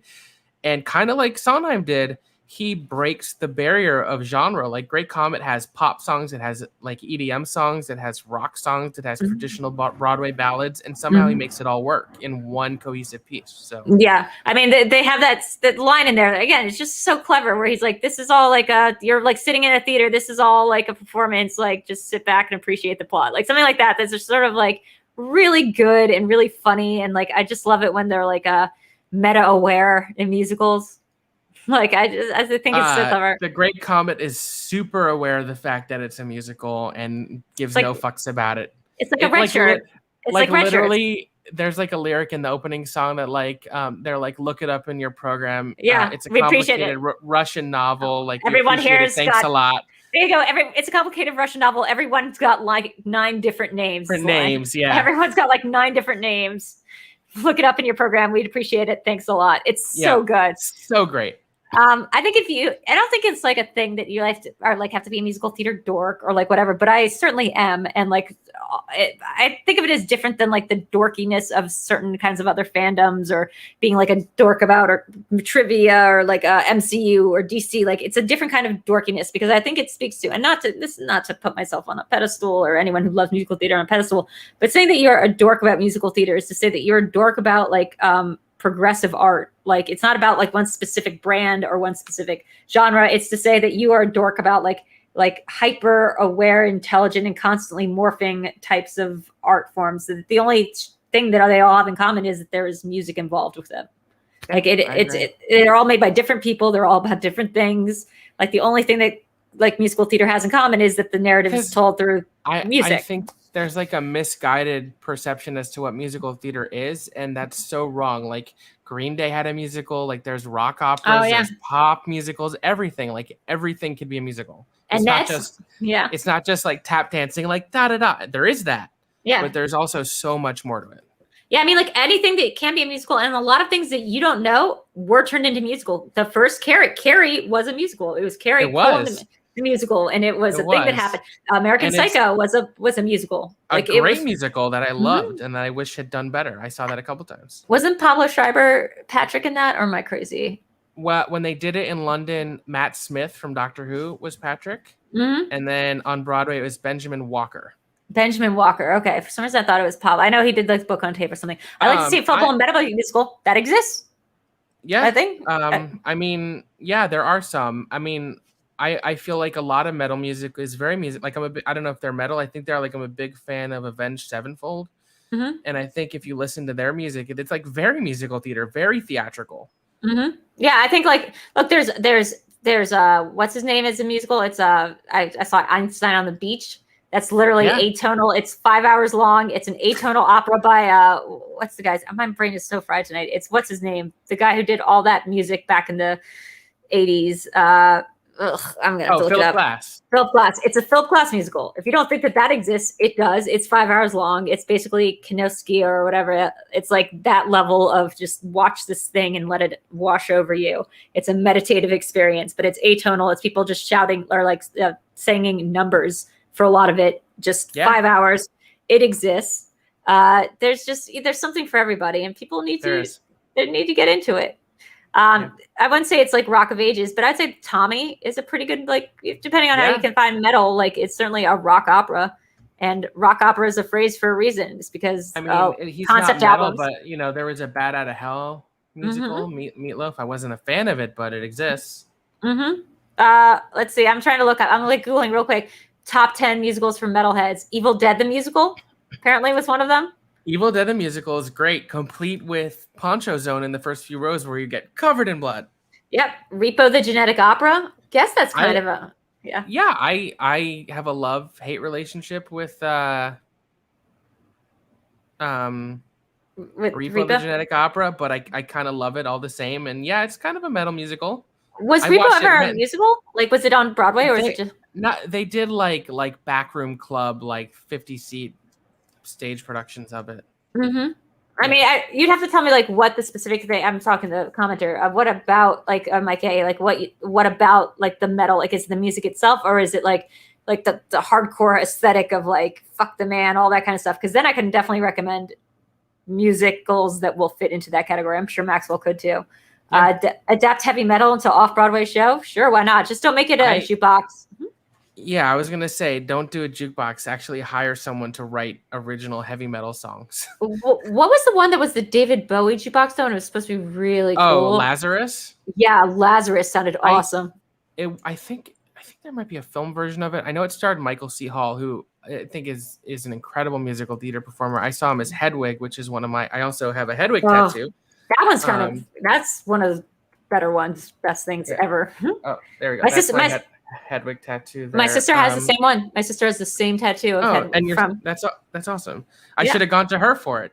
You absolutely should have. You should just go to my sister for any tattoo in general. She's going to hook you up. Well, send me her info and I will. I'm definitely getting more soon. Yeah, Hedwig. Michael C. Hall I saw as Hedwig. He's an incredible musical theater performer. So in Lazarus, I remember Kristen Milioti was in that. Sophie Ann Caruso, who ended up in Beetlejuice the musical, was also in that. So was Alan Cumming. I mean, who is my by the way, I'm so proud of myself. And I know we're going really over to the time because we still have a game to do. But when I was at the New York Observer, I really championing hard for doing cover stories, which we eventually changed the news format, like, with the below the fold thing into a more of a magazine looking thing, which meant that we had cover like celebrity photo shoots now. In the very first issue, I got Alan Cumming as the as illustrated by the guy who did the Fear and Loathing covers. Yeah. Speaking of Alan Cumming, and I know you said we're going over, he runs a cabaret club in New York called Club Cumming. It's an awesome place. If you're ever in New York and you want a fun night, go to Club Cumming. Yeah, we're not going over if you have all the time in the world. I just try nowhere to be. I love Alan Cumming so much. This was when he was doing the I think second run adaptation of Cabaret. Mm-hmm. The one I believe with Emma Stone. Maybe it was the Michelle one. He did it with Michelle Williams and then Emma Stone. Both of them did it. I mean, he's just so good. I remember the story started out with him talking about, God, I don't want to get this wrong, but him talking about something that was very phallic related on an elevator. And I was like, this is the best way to start a story ever. When I was there at the Observer, I also got championed and got Daveed Diggs for the cover story when the weekend of the Grammys. And I remember getting a lot of pushback about it. He was our first person of color that we'd ever put on a cover. And people were like, he's not Lin, though. Like, why do we want this guy? Like, why is he going to be important? And I was like, please trust that this guy is who you want on the cover of the New York Observer that week. And it was amazing. I always laugh. I don't think they exist anymore, but for a while, Alan Cumming had a line of body products. So like his body wash is called Coming All Over and his fragrance was called Coming in the Air, which is pretty funny considering how his last name is spelled. And you can, draw the conclusions yourself. Yeah, he's God, I love him. I love him so much. I think this sums up Alan Cumming best. I literally once in New York saw him riding a razor scooter down the street in a kilt. I was like, there you go. He's a magical sprite fairy of a man. There he goes. He's amazing. Unfortunately, a lot of my party reporting from the Observer got you can't find it anymore because it's like on a non-existent site that was called Cinema. What was it called? Cinema, or it's not. It was about the Cinema Society parties, but it was about it was a different kind of site. Now the site's been closed down. But I just did so much party reporting, and so much of that was going to Broadway shows and going to the after shows. I remember when Tom Hanks starred in the last Nora Ephron play. Oh, Lucky Guy. Yeah. Lucky Man. I saw that. Yeah. So I was at opening night of that and hung out with Tom Hanks until 4 a.m. and after our speakeasy gin location, and it was amazing. One of the best nights of my life, full stop. And I was so lucky to have gone. There's just so much I feel like you can do in New York in the theater that people just they don't even know. They don't even know how cool it is to be that close to theater. It's a trip. I'm so lucky and happy to be a small part of it. And hopefully if my goals are achieved, I can like an increasingly large part of it over the next decade. Yeah. So I want to get to our game now, which is going to be a perfect transition into this, which is let's make this movie into a musical. I was going to do let's make this musical into a movie, but I thought like that's not that hard. It's so easy to make. You just film it, and then it's like whatever. It's a movie. But what's really fun is trying to do what like we just talked about, which is take this movie that already exists and turn it into a musical. So we're going to take IPs, and some of these might end up having been already existing musicals. So you'll have to tell me. I haven't checked them out yet, but we're going to try to think of how this would be adapted, who would star in it, who you want directing. Probably not Julie Taymor, but maybe somebody. Heather Oberlin and all. I'm just thinking about Spider-Man now. Can't ever unforget what that did to New York theater. What that did live in the, or what's it called? Not live in the, turn the lights off. Turn Off the Dark. There is an amazing tell-all book called Song of Spider-Man by one of the book writers. Oh my God. If you're at all interested in like the behind the scenes of theater, I cannot recommend that book highly enough. It like talks about the entire train wreck of it. It's amazing. The New York could not get enough with how Spider-Man the musical kept like the actors kept getting hurt during rehearsals. It was supposed to have all this high wire like breaking their backs, and as soon as they recovered, they would like be back to perform. I'm like, whoa! Did someone die? The way I remember is someone died, but I think there's no one died, but there was a guy who like fell really far and broke his back, and as soon as he was healed, he was back in the show. I remember it got to the point where there was just a Law and Order Criminal Intent based on it. Like Criminal Intent, which was like the serial killer version of Law and Order. There was a Criminal Intent episode just based on the fact that like Julie Taymor just like couldn't get her shit together with that production. They fired her and hired a new director like halfway through. Oh God, the whole thing. Completely redid the show. Oh, and specifically, we're doing this is not a Broadway show, but a Broadway musical. So like, you can even think of who you'd like writing the book or the music. So let's get started here, guys. Okay. Cube the musical, that's so good. I want to see that. But let's see. Fast Five. Oh, that's so good. Oh God.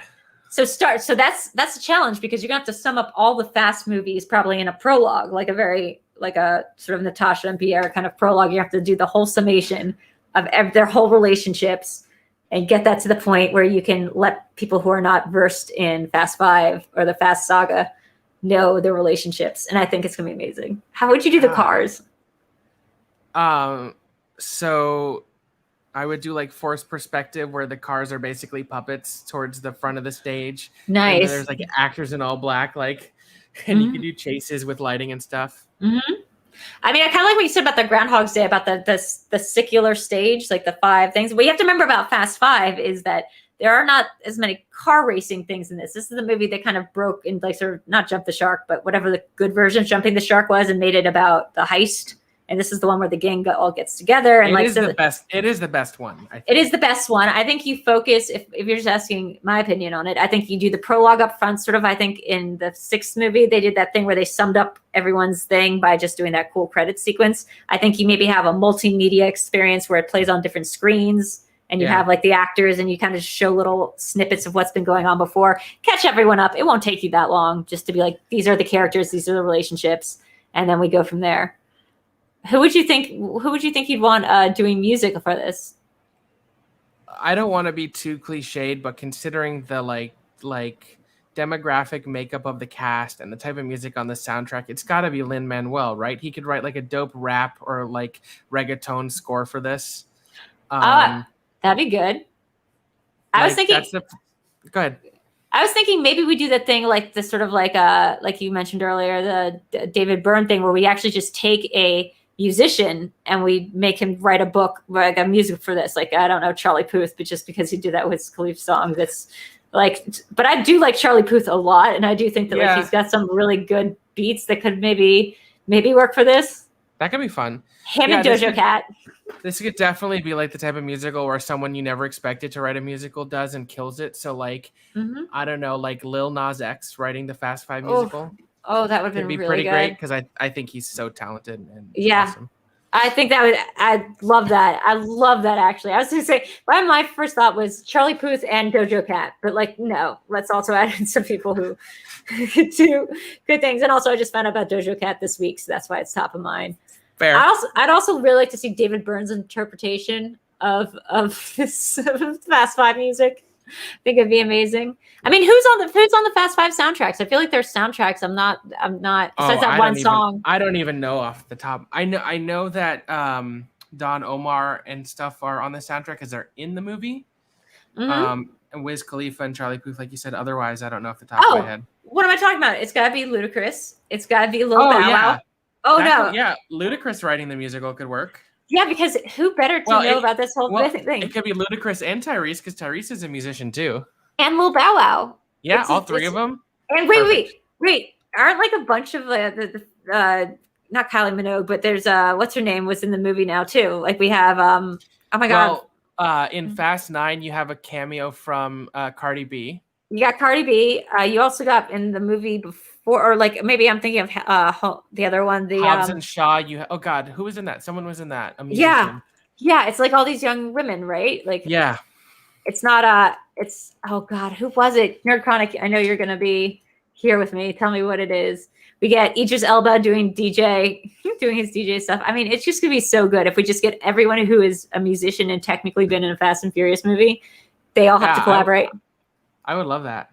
I love it. Somebody in the comments tell me whose names I'm missing. Iggy Azalea. That's what I was trying to think of. Oh yeah. Okay, there you go. So Iggy Azalea. Just have all of them write a track. It could be like the SpongeBob musical where every song is written by a different pop performer. Is that okay? So I've listened to a couple of them. They've randomly come on, and they're so good. The SpongeBob music, and the music's really good for it. And like when I heard the concept where every song was written by a different pop star, I was skeptical that it would be cohesive, but it works. Like you have David Bowie, Panic at the Disco, Sarah Bareilles, all these different people came together, and I love that musical. There's a pro shot of that on I think you can like rent it on Amazon. Okay, you know what? I'm doing that like tonight because I like literally tonight because I think that's like the coolest idea ever. It's the opposite of a jukebox musical in a way. It's not taking pre-existing work, it's taking artists and going, here, make music. Here, and create yourself. Actually, like, I find that to be a real comfort musical, very uplifting and like oddly topical political commentary. Somebody's saying Vin Diesel's a singer now too. You know who else is a singer? The Rock. So that's going to be there you go. What can I say except you're welcome? Except you're welcome. And they would be fighting it out. I can see their sort of duet, their jealousy duet, sort of like Three Penny Opera style, where they're just singing at each other.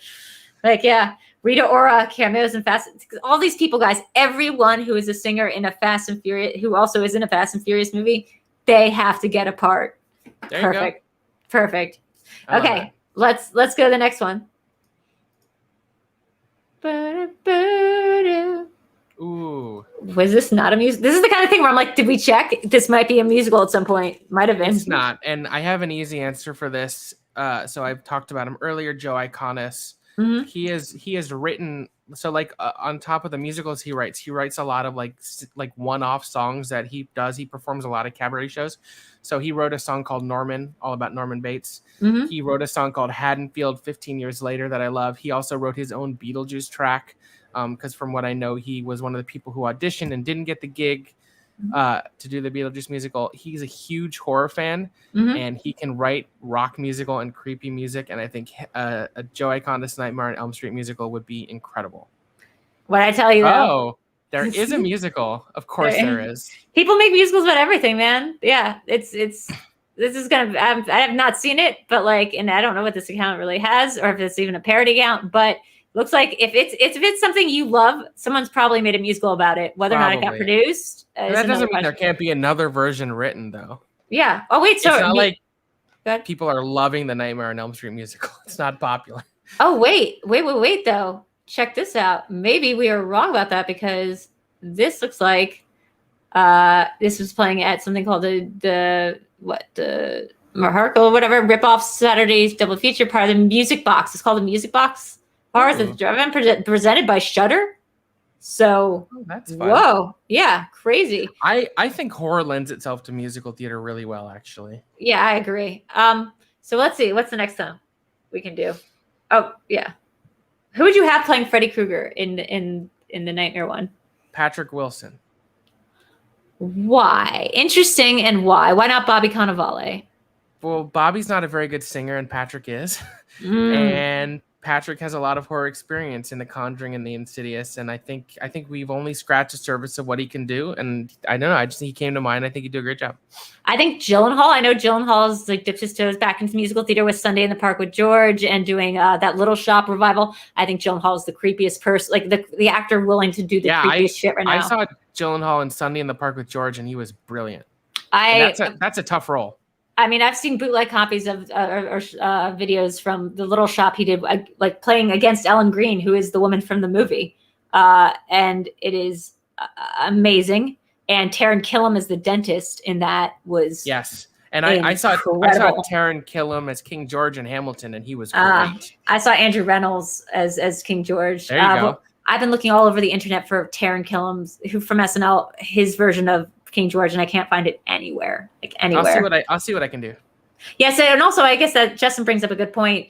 Is this going to be just the single story of Nightmare on Elm Street, which I don't think actually would lend itself that well to music? I think it needs to be an overarching. I think maybe it's Dream Warriors, the plot of Dream Warriors, and you sort of extend the lore into from like the original film, and maybe even like the queer centric sequel. I think I can see that for sure. But you need everything, and it needs to include up till Dream Warriors, and then I think you can kind of stop, unless you want to do a meta version that involves New Nightmare. And the concept here is that instead of it being Freddy's coming out of the movies, it's going to be Freddy's coming into the theater. So it's a visceral Freddy. Like you could have like kind of Beetlejuice style, like the knives coming out from the sides of the stage, and like the stage turns into Freddy Krueger in a way. That would be very cool. It would be a huge production. I'd be so behind it. Robert Englund should have a walk-on role. And that'd be great. Sorry, this isn't probably as fun for people to like listen to because I just get so nerdy about it. But I'm just so into it. Great time. Man, like when I saw Beetlejuice, it was even like a matinee. So people were giving, like they're 50 to 75%, and it was still like the best thing I'd seen ever. Like just the set design of Beetlejuice was so brilliant. The way they use the screens, like and the physical props, and it was so good. Nightmare really lends itself to that kind of creative horror. So like if you guys never saw Phantom of the Opera, the musical, in the middle of the show, a chandelier falls inside the world of the show, and a lot of times in the theater, if you're on a Broadway production, the actual chandelier that looks like it's the one in the theater that you're at will start to swing and drop. And it's, it's a technical feat, but it's, as a kid, when you watch it, it's like crazy impressive. Or I made poor Eric watch the Tevia's Dream scene from Fiddler on the Roof a lot, because that was the first Broadway show I ever saw. And nothing has ever impressed me as much as I remember when we did the like favorite spooky musicals back in October, you like advocated for Fiddler being a horror musical because of that scene. It is terrifying. And plus it's such like I also say, if you're going to watch Fiddler and you're a Juice, so you get a pass on this, just watch the first half and leave an intermission. Only because it becomes a real bum after that. And the first half has such great jams in it. And the second half is really, really sad. So if you're like me and your husband buys you Fiddler tickets for Valentine's Day, tell him halfway through, that's great. I loved it. We've got to go now before I start crying. There's a lot of musicals that are like perfectly lovely and joyous in the first act, and then you go pee and get a drink and you come back for act 2, and it's like, and now we're going to kill your favorite characters and depress you. Yep, now it's the pogroms, and guess what? There's not going to be one banger in the rest of this thing. I think he was like kind of like, he was disappointed in me for wanting to do that. I'm like, I know what I like. I know what kind of person I am. I just wanted to see the first act of Fiddler before, the pogrom started, and like we got only sad songs. Okay, so let's go to the next one. Fun fact, Andrew Lloyd Webber did cocaine even harder for 5 years between writing Cats and Phantom of the Opera, and it shows. Look, I mean, Stephen King did cocaine a lot during Cujo, and it shows. Wait, so you're saying that between Cats and Phantom he was doing coke, or like that he was on coke during Cats? Because one of those I believe. Now, or like, are you saying that he was sober for Cats and Phantom and then only did coke between those years? What's your favorite song from Phantom? Real quick. I feel like that can determine a lot of what I think about you as a person. Past the Point of No Return. Really good one. I put that on just as a random tune the other day, and someone walked into the room. I think it's dark and climactic, and I like the like deep alto notes that Christine has to hit in that. Like Christine's a soprano role, but you need good range. I don't know why. I love that song. I tend to like the not as obvious hit singles, especially from that show. Maxwell, I have to tell you, that makes me love you, because literally the other day, Lon walked into the garage while I was belting out Past the Point of No Return. Just think it's a banger. My favorite is Notes / Prima Donna. That one song. Prima Donna, first lady of the stage. So good. Yeah. But specifically Notes. Now that's going to be stuck in my head all day. But specifically Notes, because I like business songs. Left a note. Bum, bum, bum, bum. Yeah. Because I like songs where people in musicals have to do the mundane business side of things. And it's usually not supposed to be like the big hit of the show, but it's always so up-tempo and like people just being ridiculous, being like, here's some pizzy work paper, or like in The Greatest Showman, where they have to do on like the other side and they're just negotiating like point breaks that they're gonna, or like price points that they're gonna, be in for 5% or 10% in like of the show. And I'm like, yes, tell me more about the financial arrangements in musical form. Love it. Let's discuss contracts and mergers. Yes. And it's so good. By a song. And that's how we're going to convey that these characters are not the most important people in the musical, but I always have an affinity. In Phantom, I think those are the only characters I relate to. If I were ever to be in Phantom, I would want to play either Andre or Ferman. Like, I think that would be so fun. They are the theater owners. I mean, they are stuck in a hard position that people do not give them enough credit for. They inherited a haunted movie house, and the ghost is asking for money, which is a funny sort of specter to expect a large retainer. It is. It's a really good line. And on top of that, he's like, and here's my rider. Yeah, here's my rider. And also, when someone calls me about it, I'm going to say, what notes did I meant to have written? Because written doesn't rhyme, but wrote is grammatically incorrect, so he has to correct himself. I love that. I love that line. I love that. What is it supposed to have written? Written, yep. So Avengers Infinity War. Again, guys, it's going to be hard, because what you'll have to do is, remember who the usual Broadway audience who can afford the shows, you're going to have to explain who these people are before getting to the story. Unless you... Go ahead. I feel like this is another show where, because there's so many characters, you might need a couple composers to capture the different voices of the characters. Ooh, okay. So who we got here? So there was they did a Bring It On musical a couple years ago that was co-written by Lin-Manuel and Tom Kitt. Great. So let's use Tom Kitt, and let's team Tom Kitt and Jason Robert Brown. And who are they taking on? Like, I think they would probably be more of the Earthbound stuff. So let's maybe give them maybe let's give them the, we give them the Tony and Cap rivalry. They deal with that side of things. Who do we want for the space stuff? Like the Guardian / Thor / Peter Dinklage. I want somebody sort of like, I don't know, can we get Daft Punk? Will they come back together? That would be pretty cool. That'd be pretty cool if we got Daft Punk. That would be really cool. I want John Gallagher Jr. in this somewhere, but I don't know where exactly. I love Johnny so much. He's from a native Delawarean like me. Let's get Duncan Sheik doing some of the space stuff. Ooh. Have him like work in the Spring Awakening or Alice by Heart, where it's like sort of ethereal and gorgeous, but a little weird. I do think that there should be, I think NerdChronic is correct, there should be a sort of send up of One Day More or One Day More style song, but it is led by Thanos. And it's like one half of the planet or like whatever. It's just like, it's like one day, but it's just like one half. And it's just everyone singing in tandem. I do love that Key and Peele sketch where they're like one at a time, because they're just like, they're all singing simultaneously. They're different things. And he's like, one at a time. Could you stop interrupting? Where the hell did this fog come from? That Key and Peele sketch is so good. That's what I'm saying. It's hilarious. When I was a kid... Why are we all singing in the same direction? Yeah, exactly. And then like where did this bitch come from? Where did this bitch come from? And then the Thomas Middleditch showing up as the what are they called? Sonaliers or whatever, where they're like, no, we're here. The Thénardiers, yeah. Thénardiers. My favorite characters in Les Mis, by the way. Mm-hmm. Best ones. And also the best parts of the movie. Prove me wrong. Like that Sacha Baron Cohen isn't like one of the stars in that movie. And he understood the assignment. Thank you. He understood the assignment, and the assignment was weird, but he understood it. Also, hot take. I think that was one of Cameron Crowe's best roles. Not Cameron. Yeah, Cameron. Why am I saying his name wrong? Cameron Crowe is the director. Who am I trying to say? The guy who played Javert. Russell Crowe? Russell Crowe, Cameron Crowe. Russell Crowe, one of his best roles, and I think he did a really good job as Javert. And I know that's a hot take to have. That is a hot take, but That's okay. I'm allowed to have trash opinions. I always qualify this by saying it's my opinion and it's probably wrong. But I think well, by definition, an opinion can't be wrong, Drew. Yeah, but on the internet it can, because you present it as fact and you argue about it till you die, and you die on that hill. So I will die on the hill that Russell Crowe did a very good job. So what you're saying is your epitaph will say, she lived, she died. Russell Crowe is pretty good as Javert. Yeah, Russell Crowe was the best singer of that whole group. Hey, I think Gerard Butler is great as the Phantom, so I have a similar trash opinion. He was trash opinion. That movie's pretty good. Patrick Wilson as Raoul, very strong.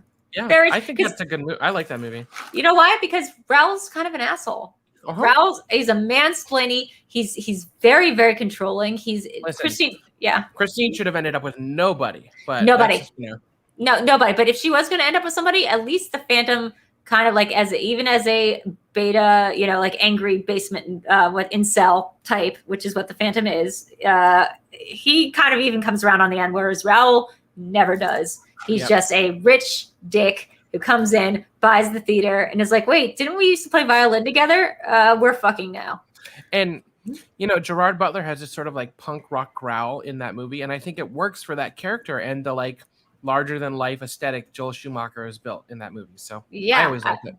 Yeah, I want to say that, like, who do you think, okay, you would know this. Who should do the design? I'm sure you know a lot of like people who do great stage design or whatever that phrase is. The concept of an Infinity War? Yeah, we're going to need like a lot for this. We're going to need multi-stages. We're going to need a lot. Gosh. Who did Beetlejuice? Because again, I think Beetlejuice. Yeah, so David Correns did Beetlejuice and he did Hamilton. I think he'd be a great choice. Right, because that show utilized a lot of set stages. Design of Beetlejuice. Well, I have to look it up. Whoever did the SpongeBob musical would be a good choice too.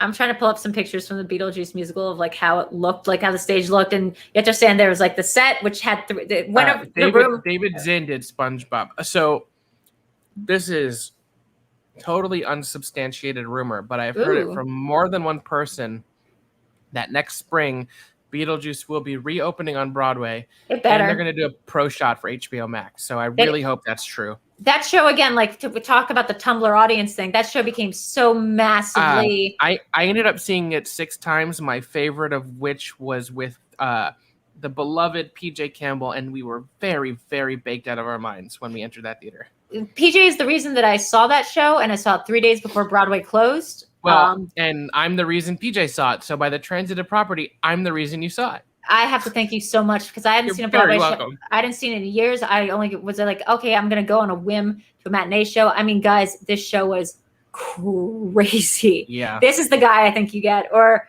what was the one that came out a couple years? I think it was like 2016. I don't think it became a success, but it involved a lot of magic. They hired like a guy who does magic to do the set design and to do all the prop stuff. And I think, God, what was it? It was a musical, but it was done up in the style of a magic show almost. I'm trying to forget what it was. Trying to remember what it was. The Pippin revival had a lot of elements of that, but that was back in like 2013, and that was sort of circus and magic. This didn't do very well. Like I remember it kind of was a flop, but it was supposed to be this big thing about like sort of like they hired all these people from like the Magic Castle, and it was like this huge thing. I think that's very cool. Guys, this is who you get to do Infinity War on the stage. I agree. Okay, let's see what else we got. Russell Crowe is Drax. Abso-fucking-lutely. That's actually a great idea. Thank you, Queen. Oh yeah, and who was the guy who played in Spider-Man: Turn Off the Dark? What was that guy's name? He was also in Reeve Carney. Yeah, Hades Town. I see him. Yeah, I saw. Well, he is dating Eva Noblezada, so I said hi to him earlier at the show I was at. He was for a while like the bad boy, like the cute bad boy of the musical theater scene. So if we're gonna he was on that Showtime show Penny Dreadful also. Yeah, playing Dorian Gray. Was he Dorian? Yep. Mm-hmm. So I would put him as sort of maybe he's a little too young for Stark, but I would put him as one of these very kind of like handsome. He could do Captain America for sure.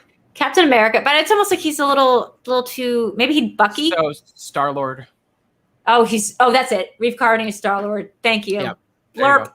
There you go. Maxwell, I'm going to say this about you. You understood the assignment. Oh, thank you. I tried very, very hard to understand all assignments that are given my way. Okay, so let's do Godzilla versus Kong. Now we are going to need some people who either do very abstract, bare bones theater. Like, I'm hiring Terrence Dunich, who starred in and wrote the music for Repo the Genetic Opera. Let's make this a heavy metal musical. Yes. That's it. Done. That's it. This is the heavy metal musical. It is just, and it's like a concept musical, right? So it's not even going to be based so much on the movie. It is just concept work. There was a King Kong musical a couple years ago. Mm-hmm. The puppet was one of the most amazing things I've ever seen. The music was terrible, but God, that puppet! If you sat in the first 2 rows, there was a scene in the second act where the puppet, which was like 30 feet tall, would walk up to the front of the stage and reach its hand out and like sweep over the audience. It was crazy. Oh, I love that. I went with, Chris Clark at all? Yeah, of course. I went with Chris Clark, and he is like a huge King Kong fan, and I think he like ascended that night. Yeah, that puppet. Guys, if you don't know why we geek out so much about musical theater, it's because musical theater isn't the thing you're thinking about. It's not Oklahoma all the time. It's these works of art. Like it's like being in the same room as a larger than life work of art. To be fair, the recent revival of Oklahoma was incredible. It was like a stripped down deconstruction. I saw it one night. It has this like experimental scene where one of the actors would bring, like, the whole house lights and everything was off. And one of the actors would bring up a camera and they were projecting the faces of the actors on the back wall. That's what I'm saying. Yes. And Darren Aronofsky was in the audience that night. Oh my God. And I couldn't help but look at him because it felt like if Darren Aronofsky were to direct a musical, this is what it would be. If Mother was a musical, this is what it would be. I mean, look, I always think that Charlie Kaufman is somebody who really needs to do Broadway. I know Anomalisa was a stage reading for a while, but like talk about like the puppetry and the sort of like eating its own tail sort of sense of things. I think he'd do a great job. I also think less is more with this. We could have, Kong and Lizard, stand-up Lizard could be puppets, but I also think you could just do like for the upside down area of Godzilla versus Kong, you like invert the set somehow, or you do it on like with trickery with the screens. But I think that'd be very cool. And then you keep the rest of it very sparse, black stage. Like it is just everything else is you just project it. So much you can achieve in a theater with just a little well-used sound and lighting to be effective that you don't even have to spend that much money if it's done right.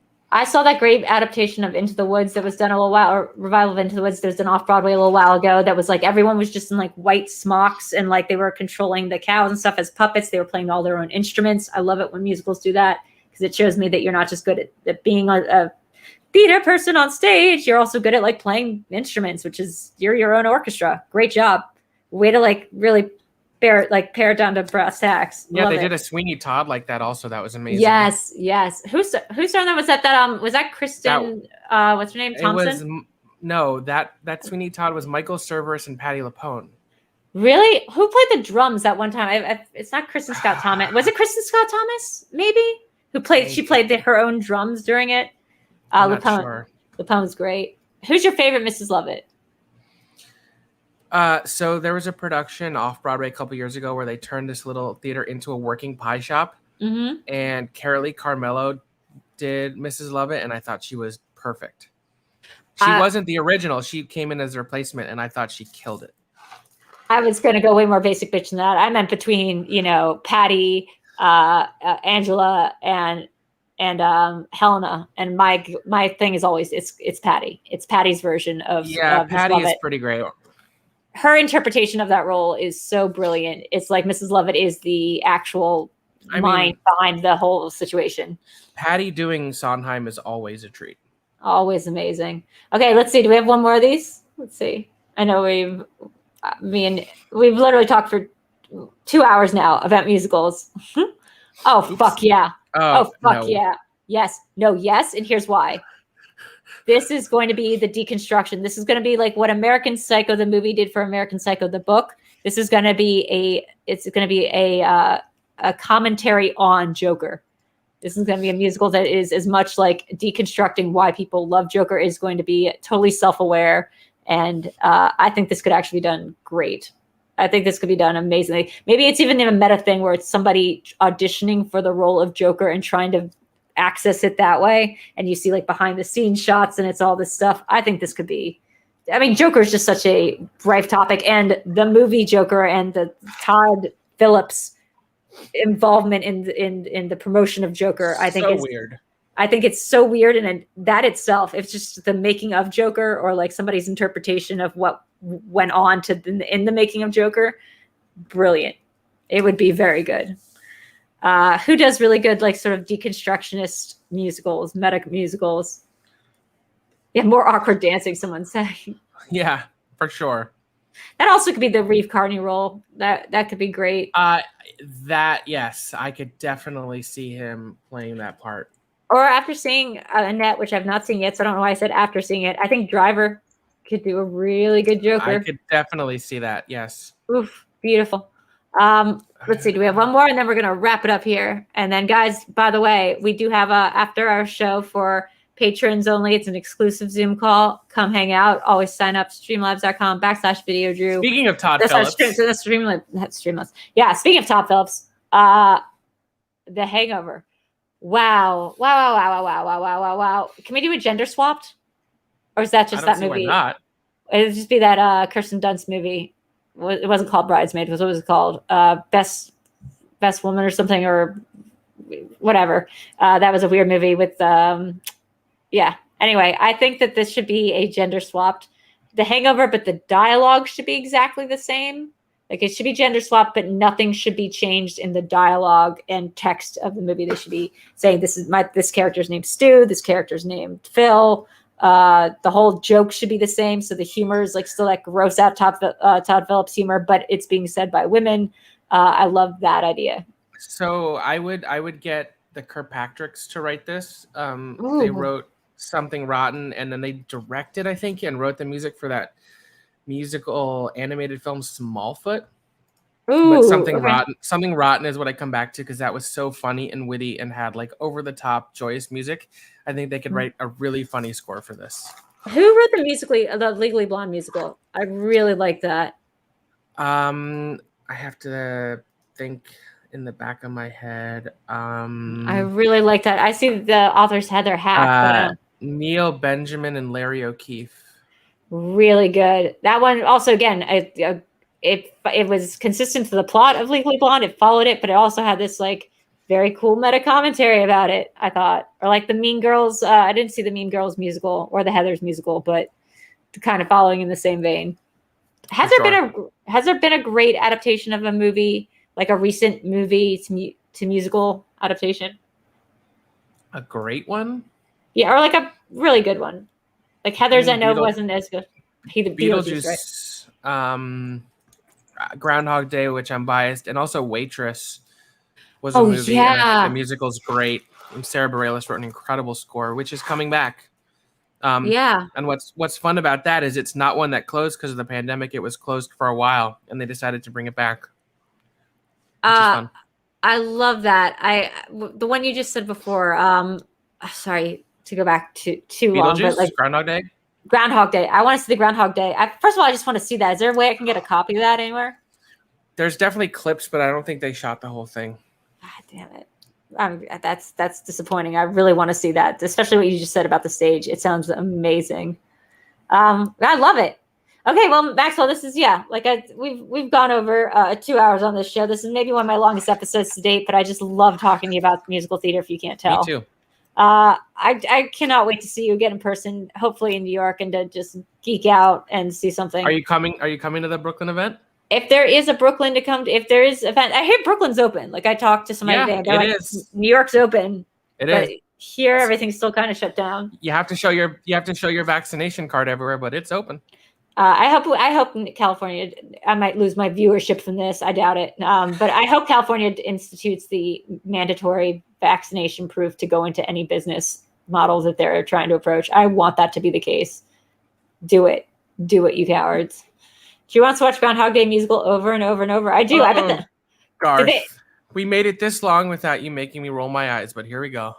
I like this idea. Did they get the rights to I've Got You, Babe? So was that in the movie? I think so. So it's just like got that loop. Yes. I'm going to need to find the soundtrack of it. It sounds great. Maxwell, you've been great. I love you so much. Where can people find you?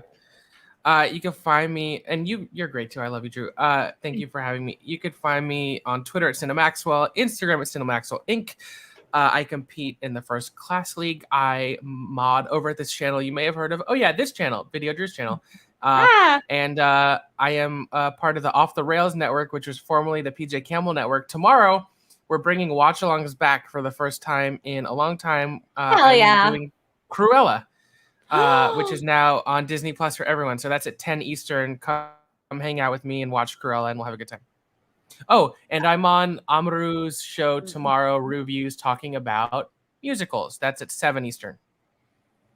I watch my face just go, yay. As for me, well, 7, you have to be clear, 7 p.m. your time, Eastern time? You said Eastern. Okay, cool. Yeah, both is Eastern. 7 on Amaru's show, and then 10 the Cruella watch along at the Off the Rails net on YouTube. That means that I will be able to watch the Amaru show. I can't wait to listen to you talk about more musicals. As for me, patreon.com/Videodrew. Guys, loved my patrons. I recently told this story, but I did a very silly thing where I never told patron my bank account thing, so I never ended up getting paid. So from any patron thing, so I've just been doing this Patreon stuff, assuming that I was making such negligible money that it wasn't really affecting my bank account. Showed up the other day on the back end of Patreon. I was like, oh, you guys have made a huge difference in my ability to like sustain myself. Like now that everything's kind of wrapping up here and I'm figuring out what to do next. Thank you from the bottom of my heart. I love my patrons. You guys have been amazing, and I'm going to be doing way more stuff on that. You can also find me at anchor.fm/Videodrew, where you can find my new podcast network with Eric podcast, or it's called Content Candy. We have a bunch of new shows on there. We have me and Lon Harris's new show, Garmin Shows Ya, which is ostensibly about Twin Peaks, but really about whatever we want to talk about. We've uploaded audio versions of me and Alex Mack's new show, or old show, sorry, Cinema Bias. We've uploaded every single episode of that, so that's going to be found there. We've also uploaded me and Adam Collins' new show, Why Are We Like This?, which is amazing. Check us out Mondays and Thursdays here on this network to watch me and NerdChronic do the VideoChronic Pop Culture Quiz, where you can show up and win money for answering questions about your favorite movie. Tomorrow we have a patron request. That's going to be Brendan Marr is going to be asked for Princess Bride. So we have a Princess Bride quiz coming up. Anyone who wants in, let me know. It's open. I know Garth probably is going to be biting at the bit for that one. Thursday there is no show because I'm doing Tom, all caps, his podcast Hypecast over on Gamefully Unemployed. So shout out to them. I'm on Twitch. I'm on eBay. I'm on Mercari selling Pokemon. I'm going to be getting back into the Pokemon shows, guys, because I have some new Pokemon to open, and Eric says I can once I'm in this space. So whenever I feel like it. Other than that, yeah, check me out. I do stuff all the time. Anything that I'm missing? I don't think so. So thank you so much, Maxwell. Thank you, everyone, for joining us, and we will see you anytime. And yeah, we're definitely gonna have you back on. And guys, if you are a patron, I will see you shortly in the after show. There should be a Zoom link that you should have received. Okay, I'll talk to you later. Bye-bye.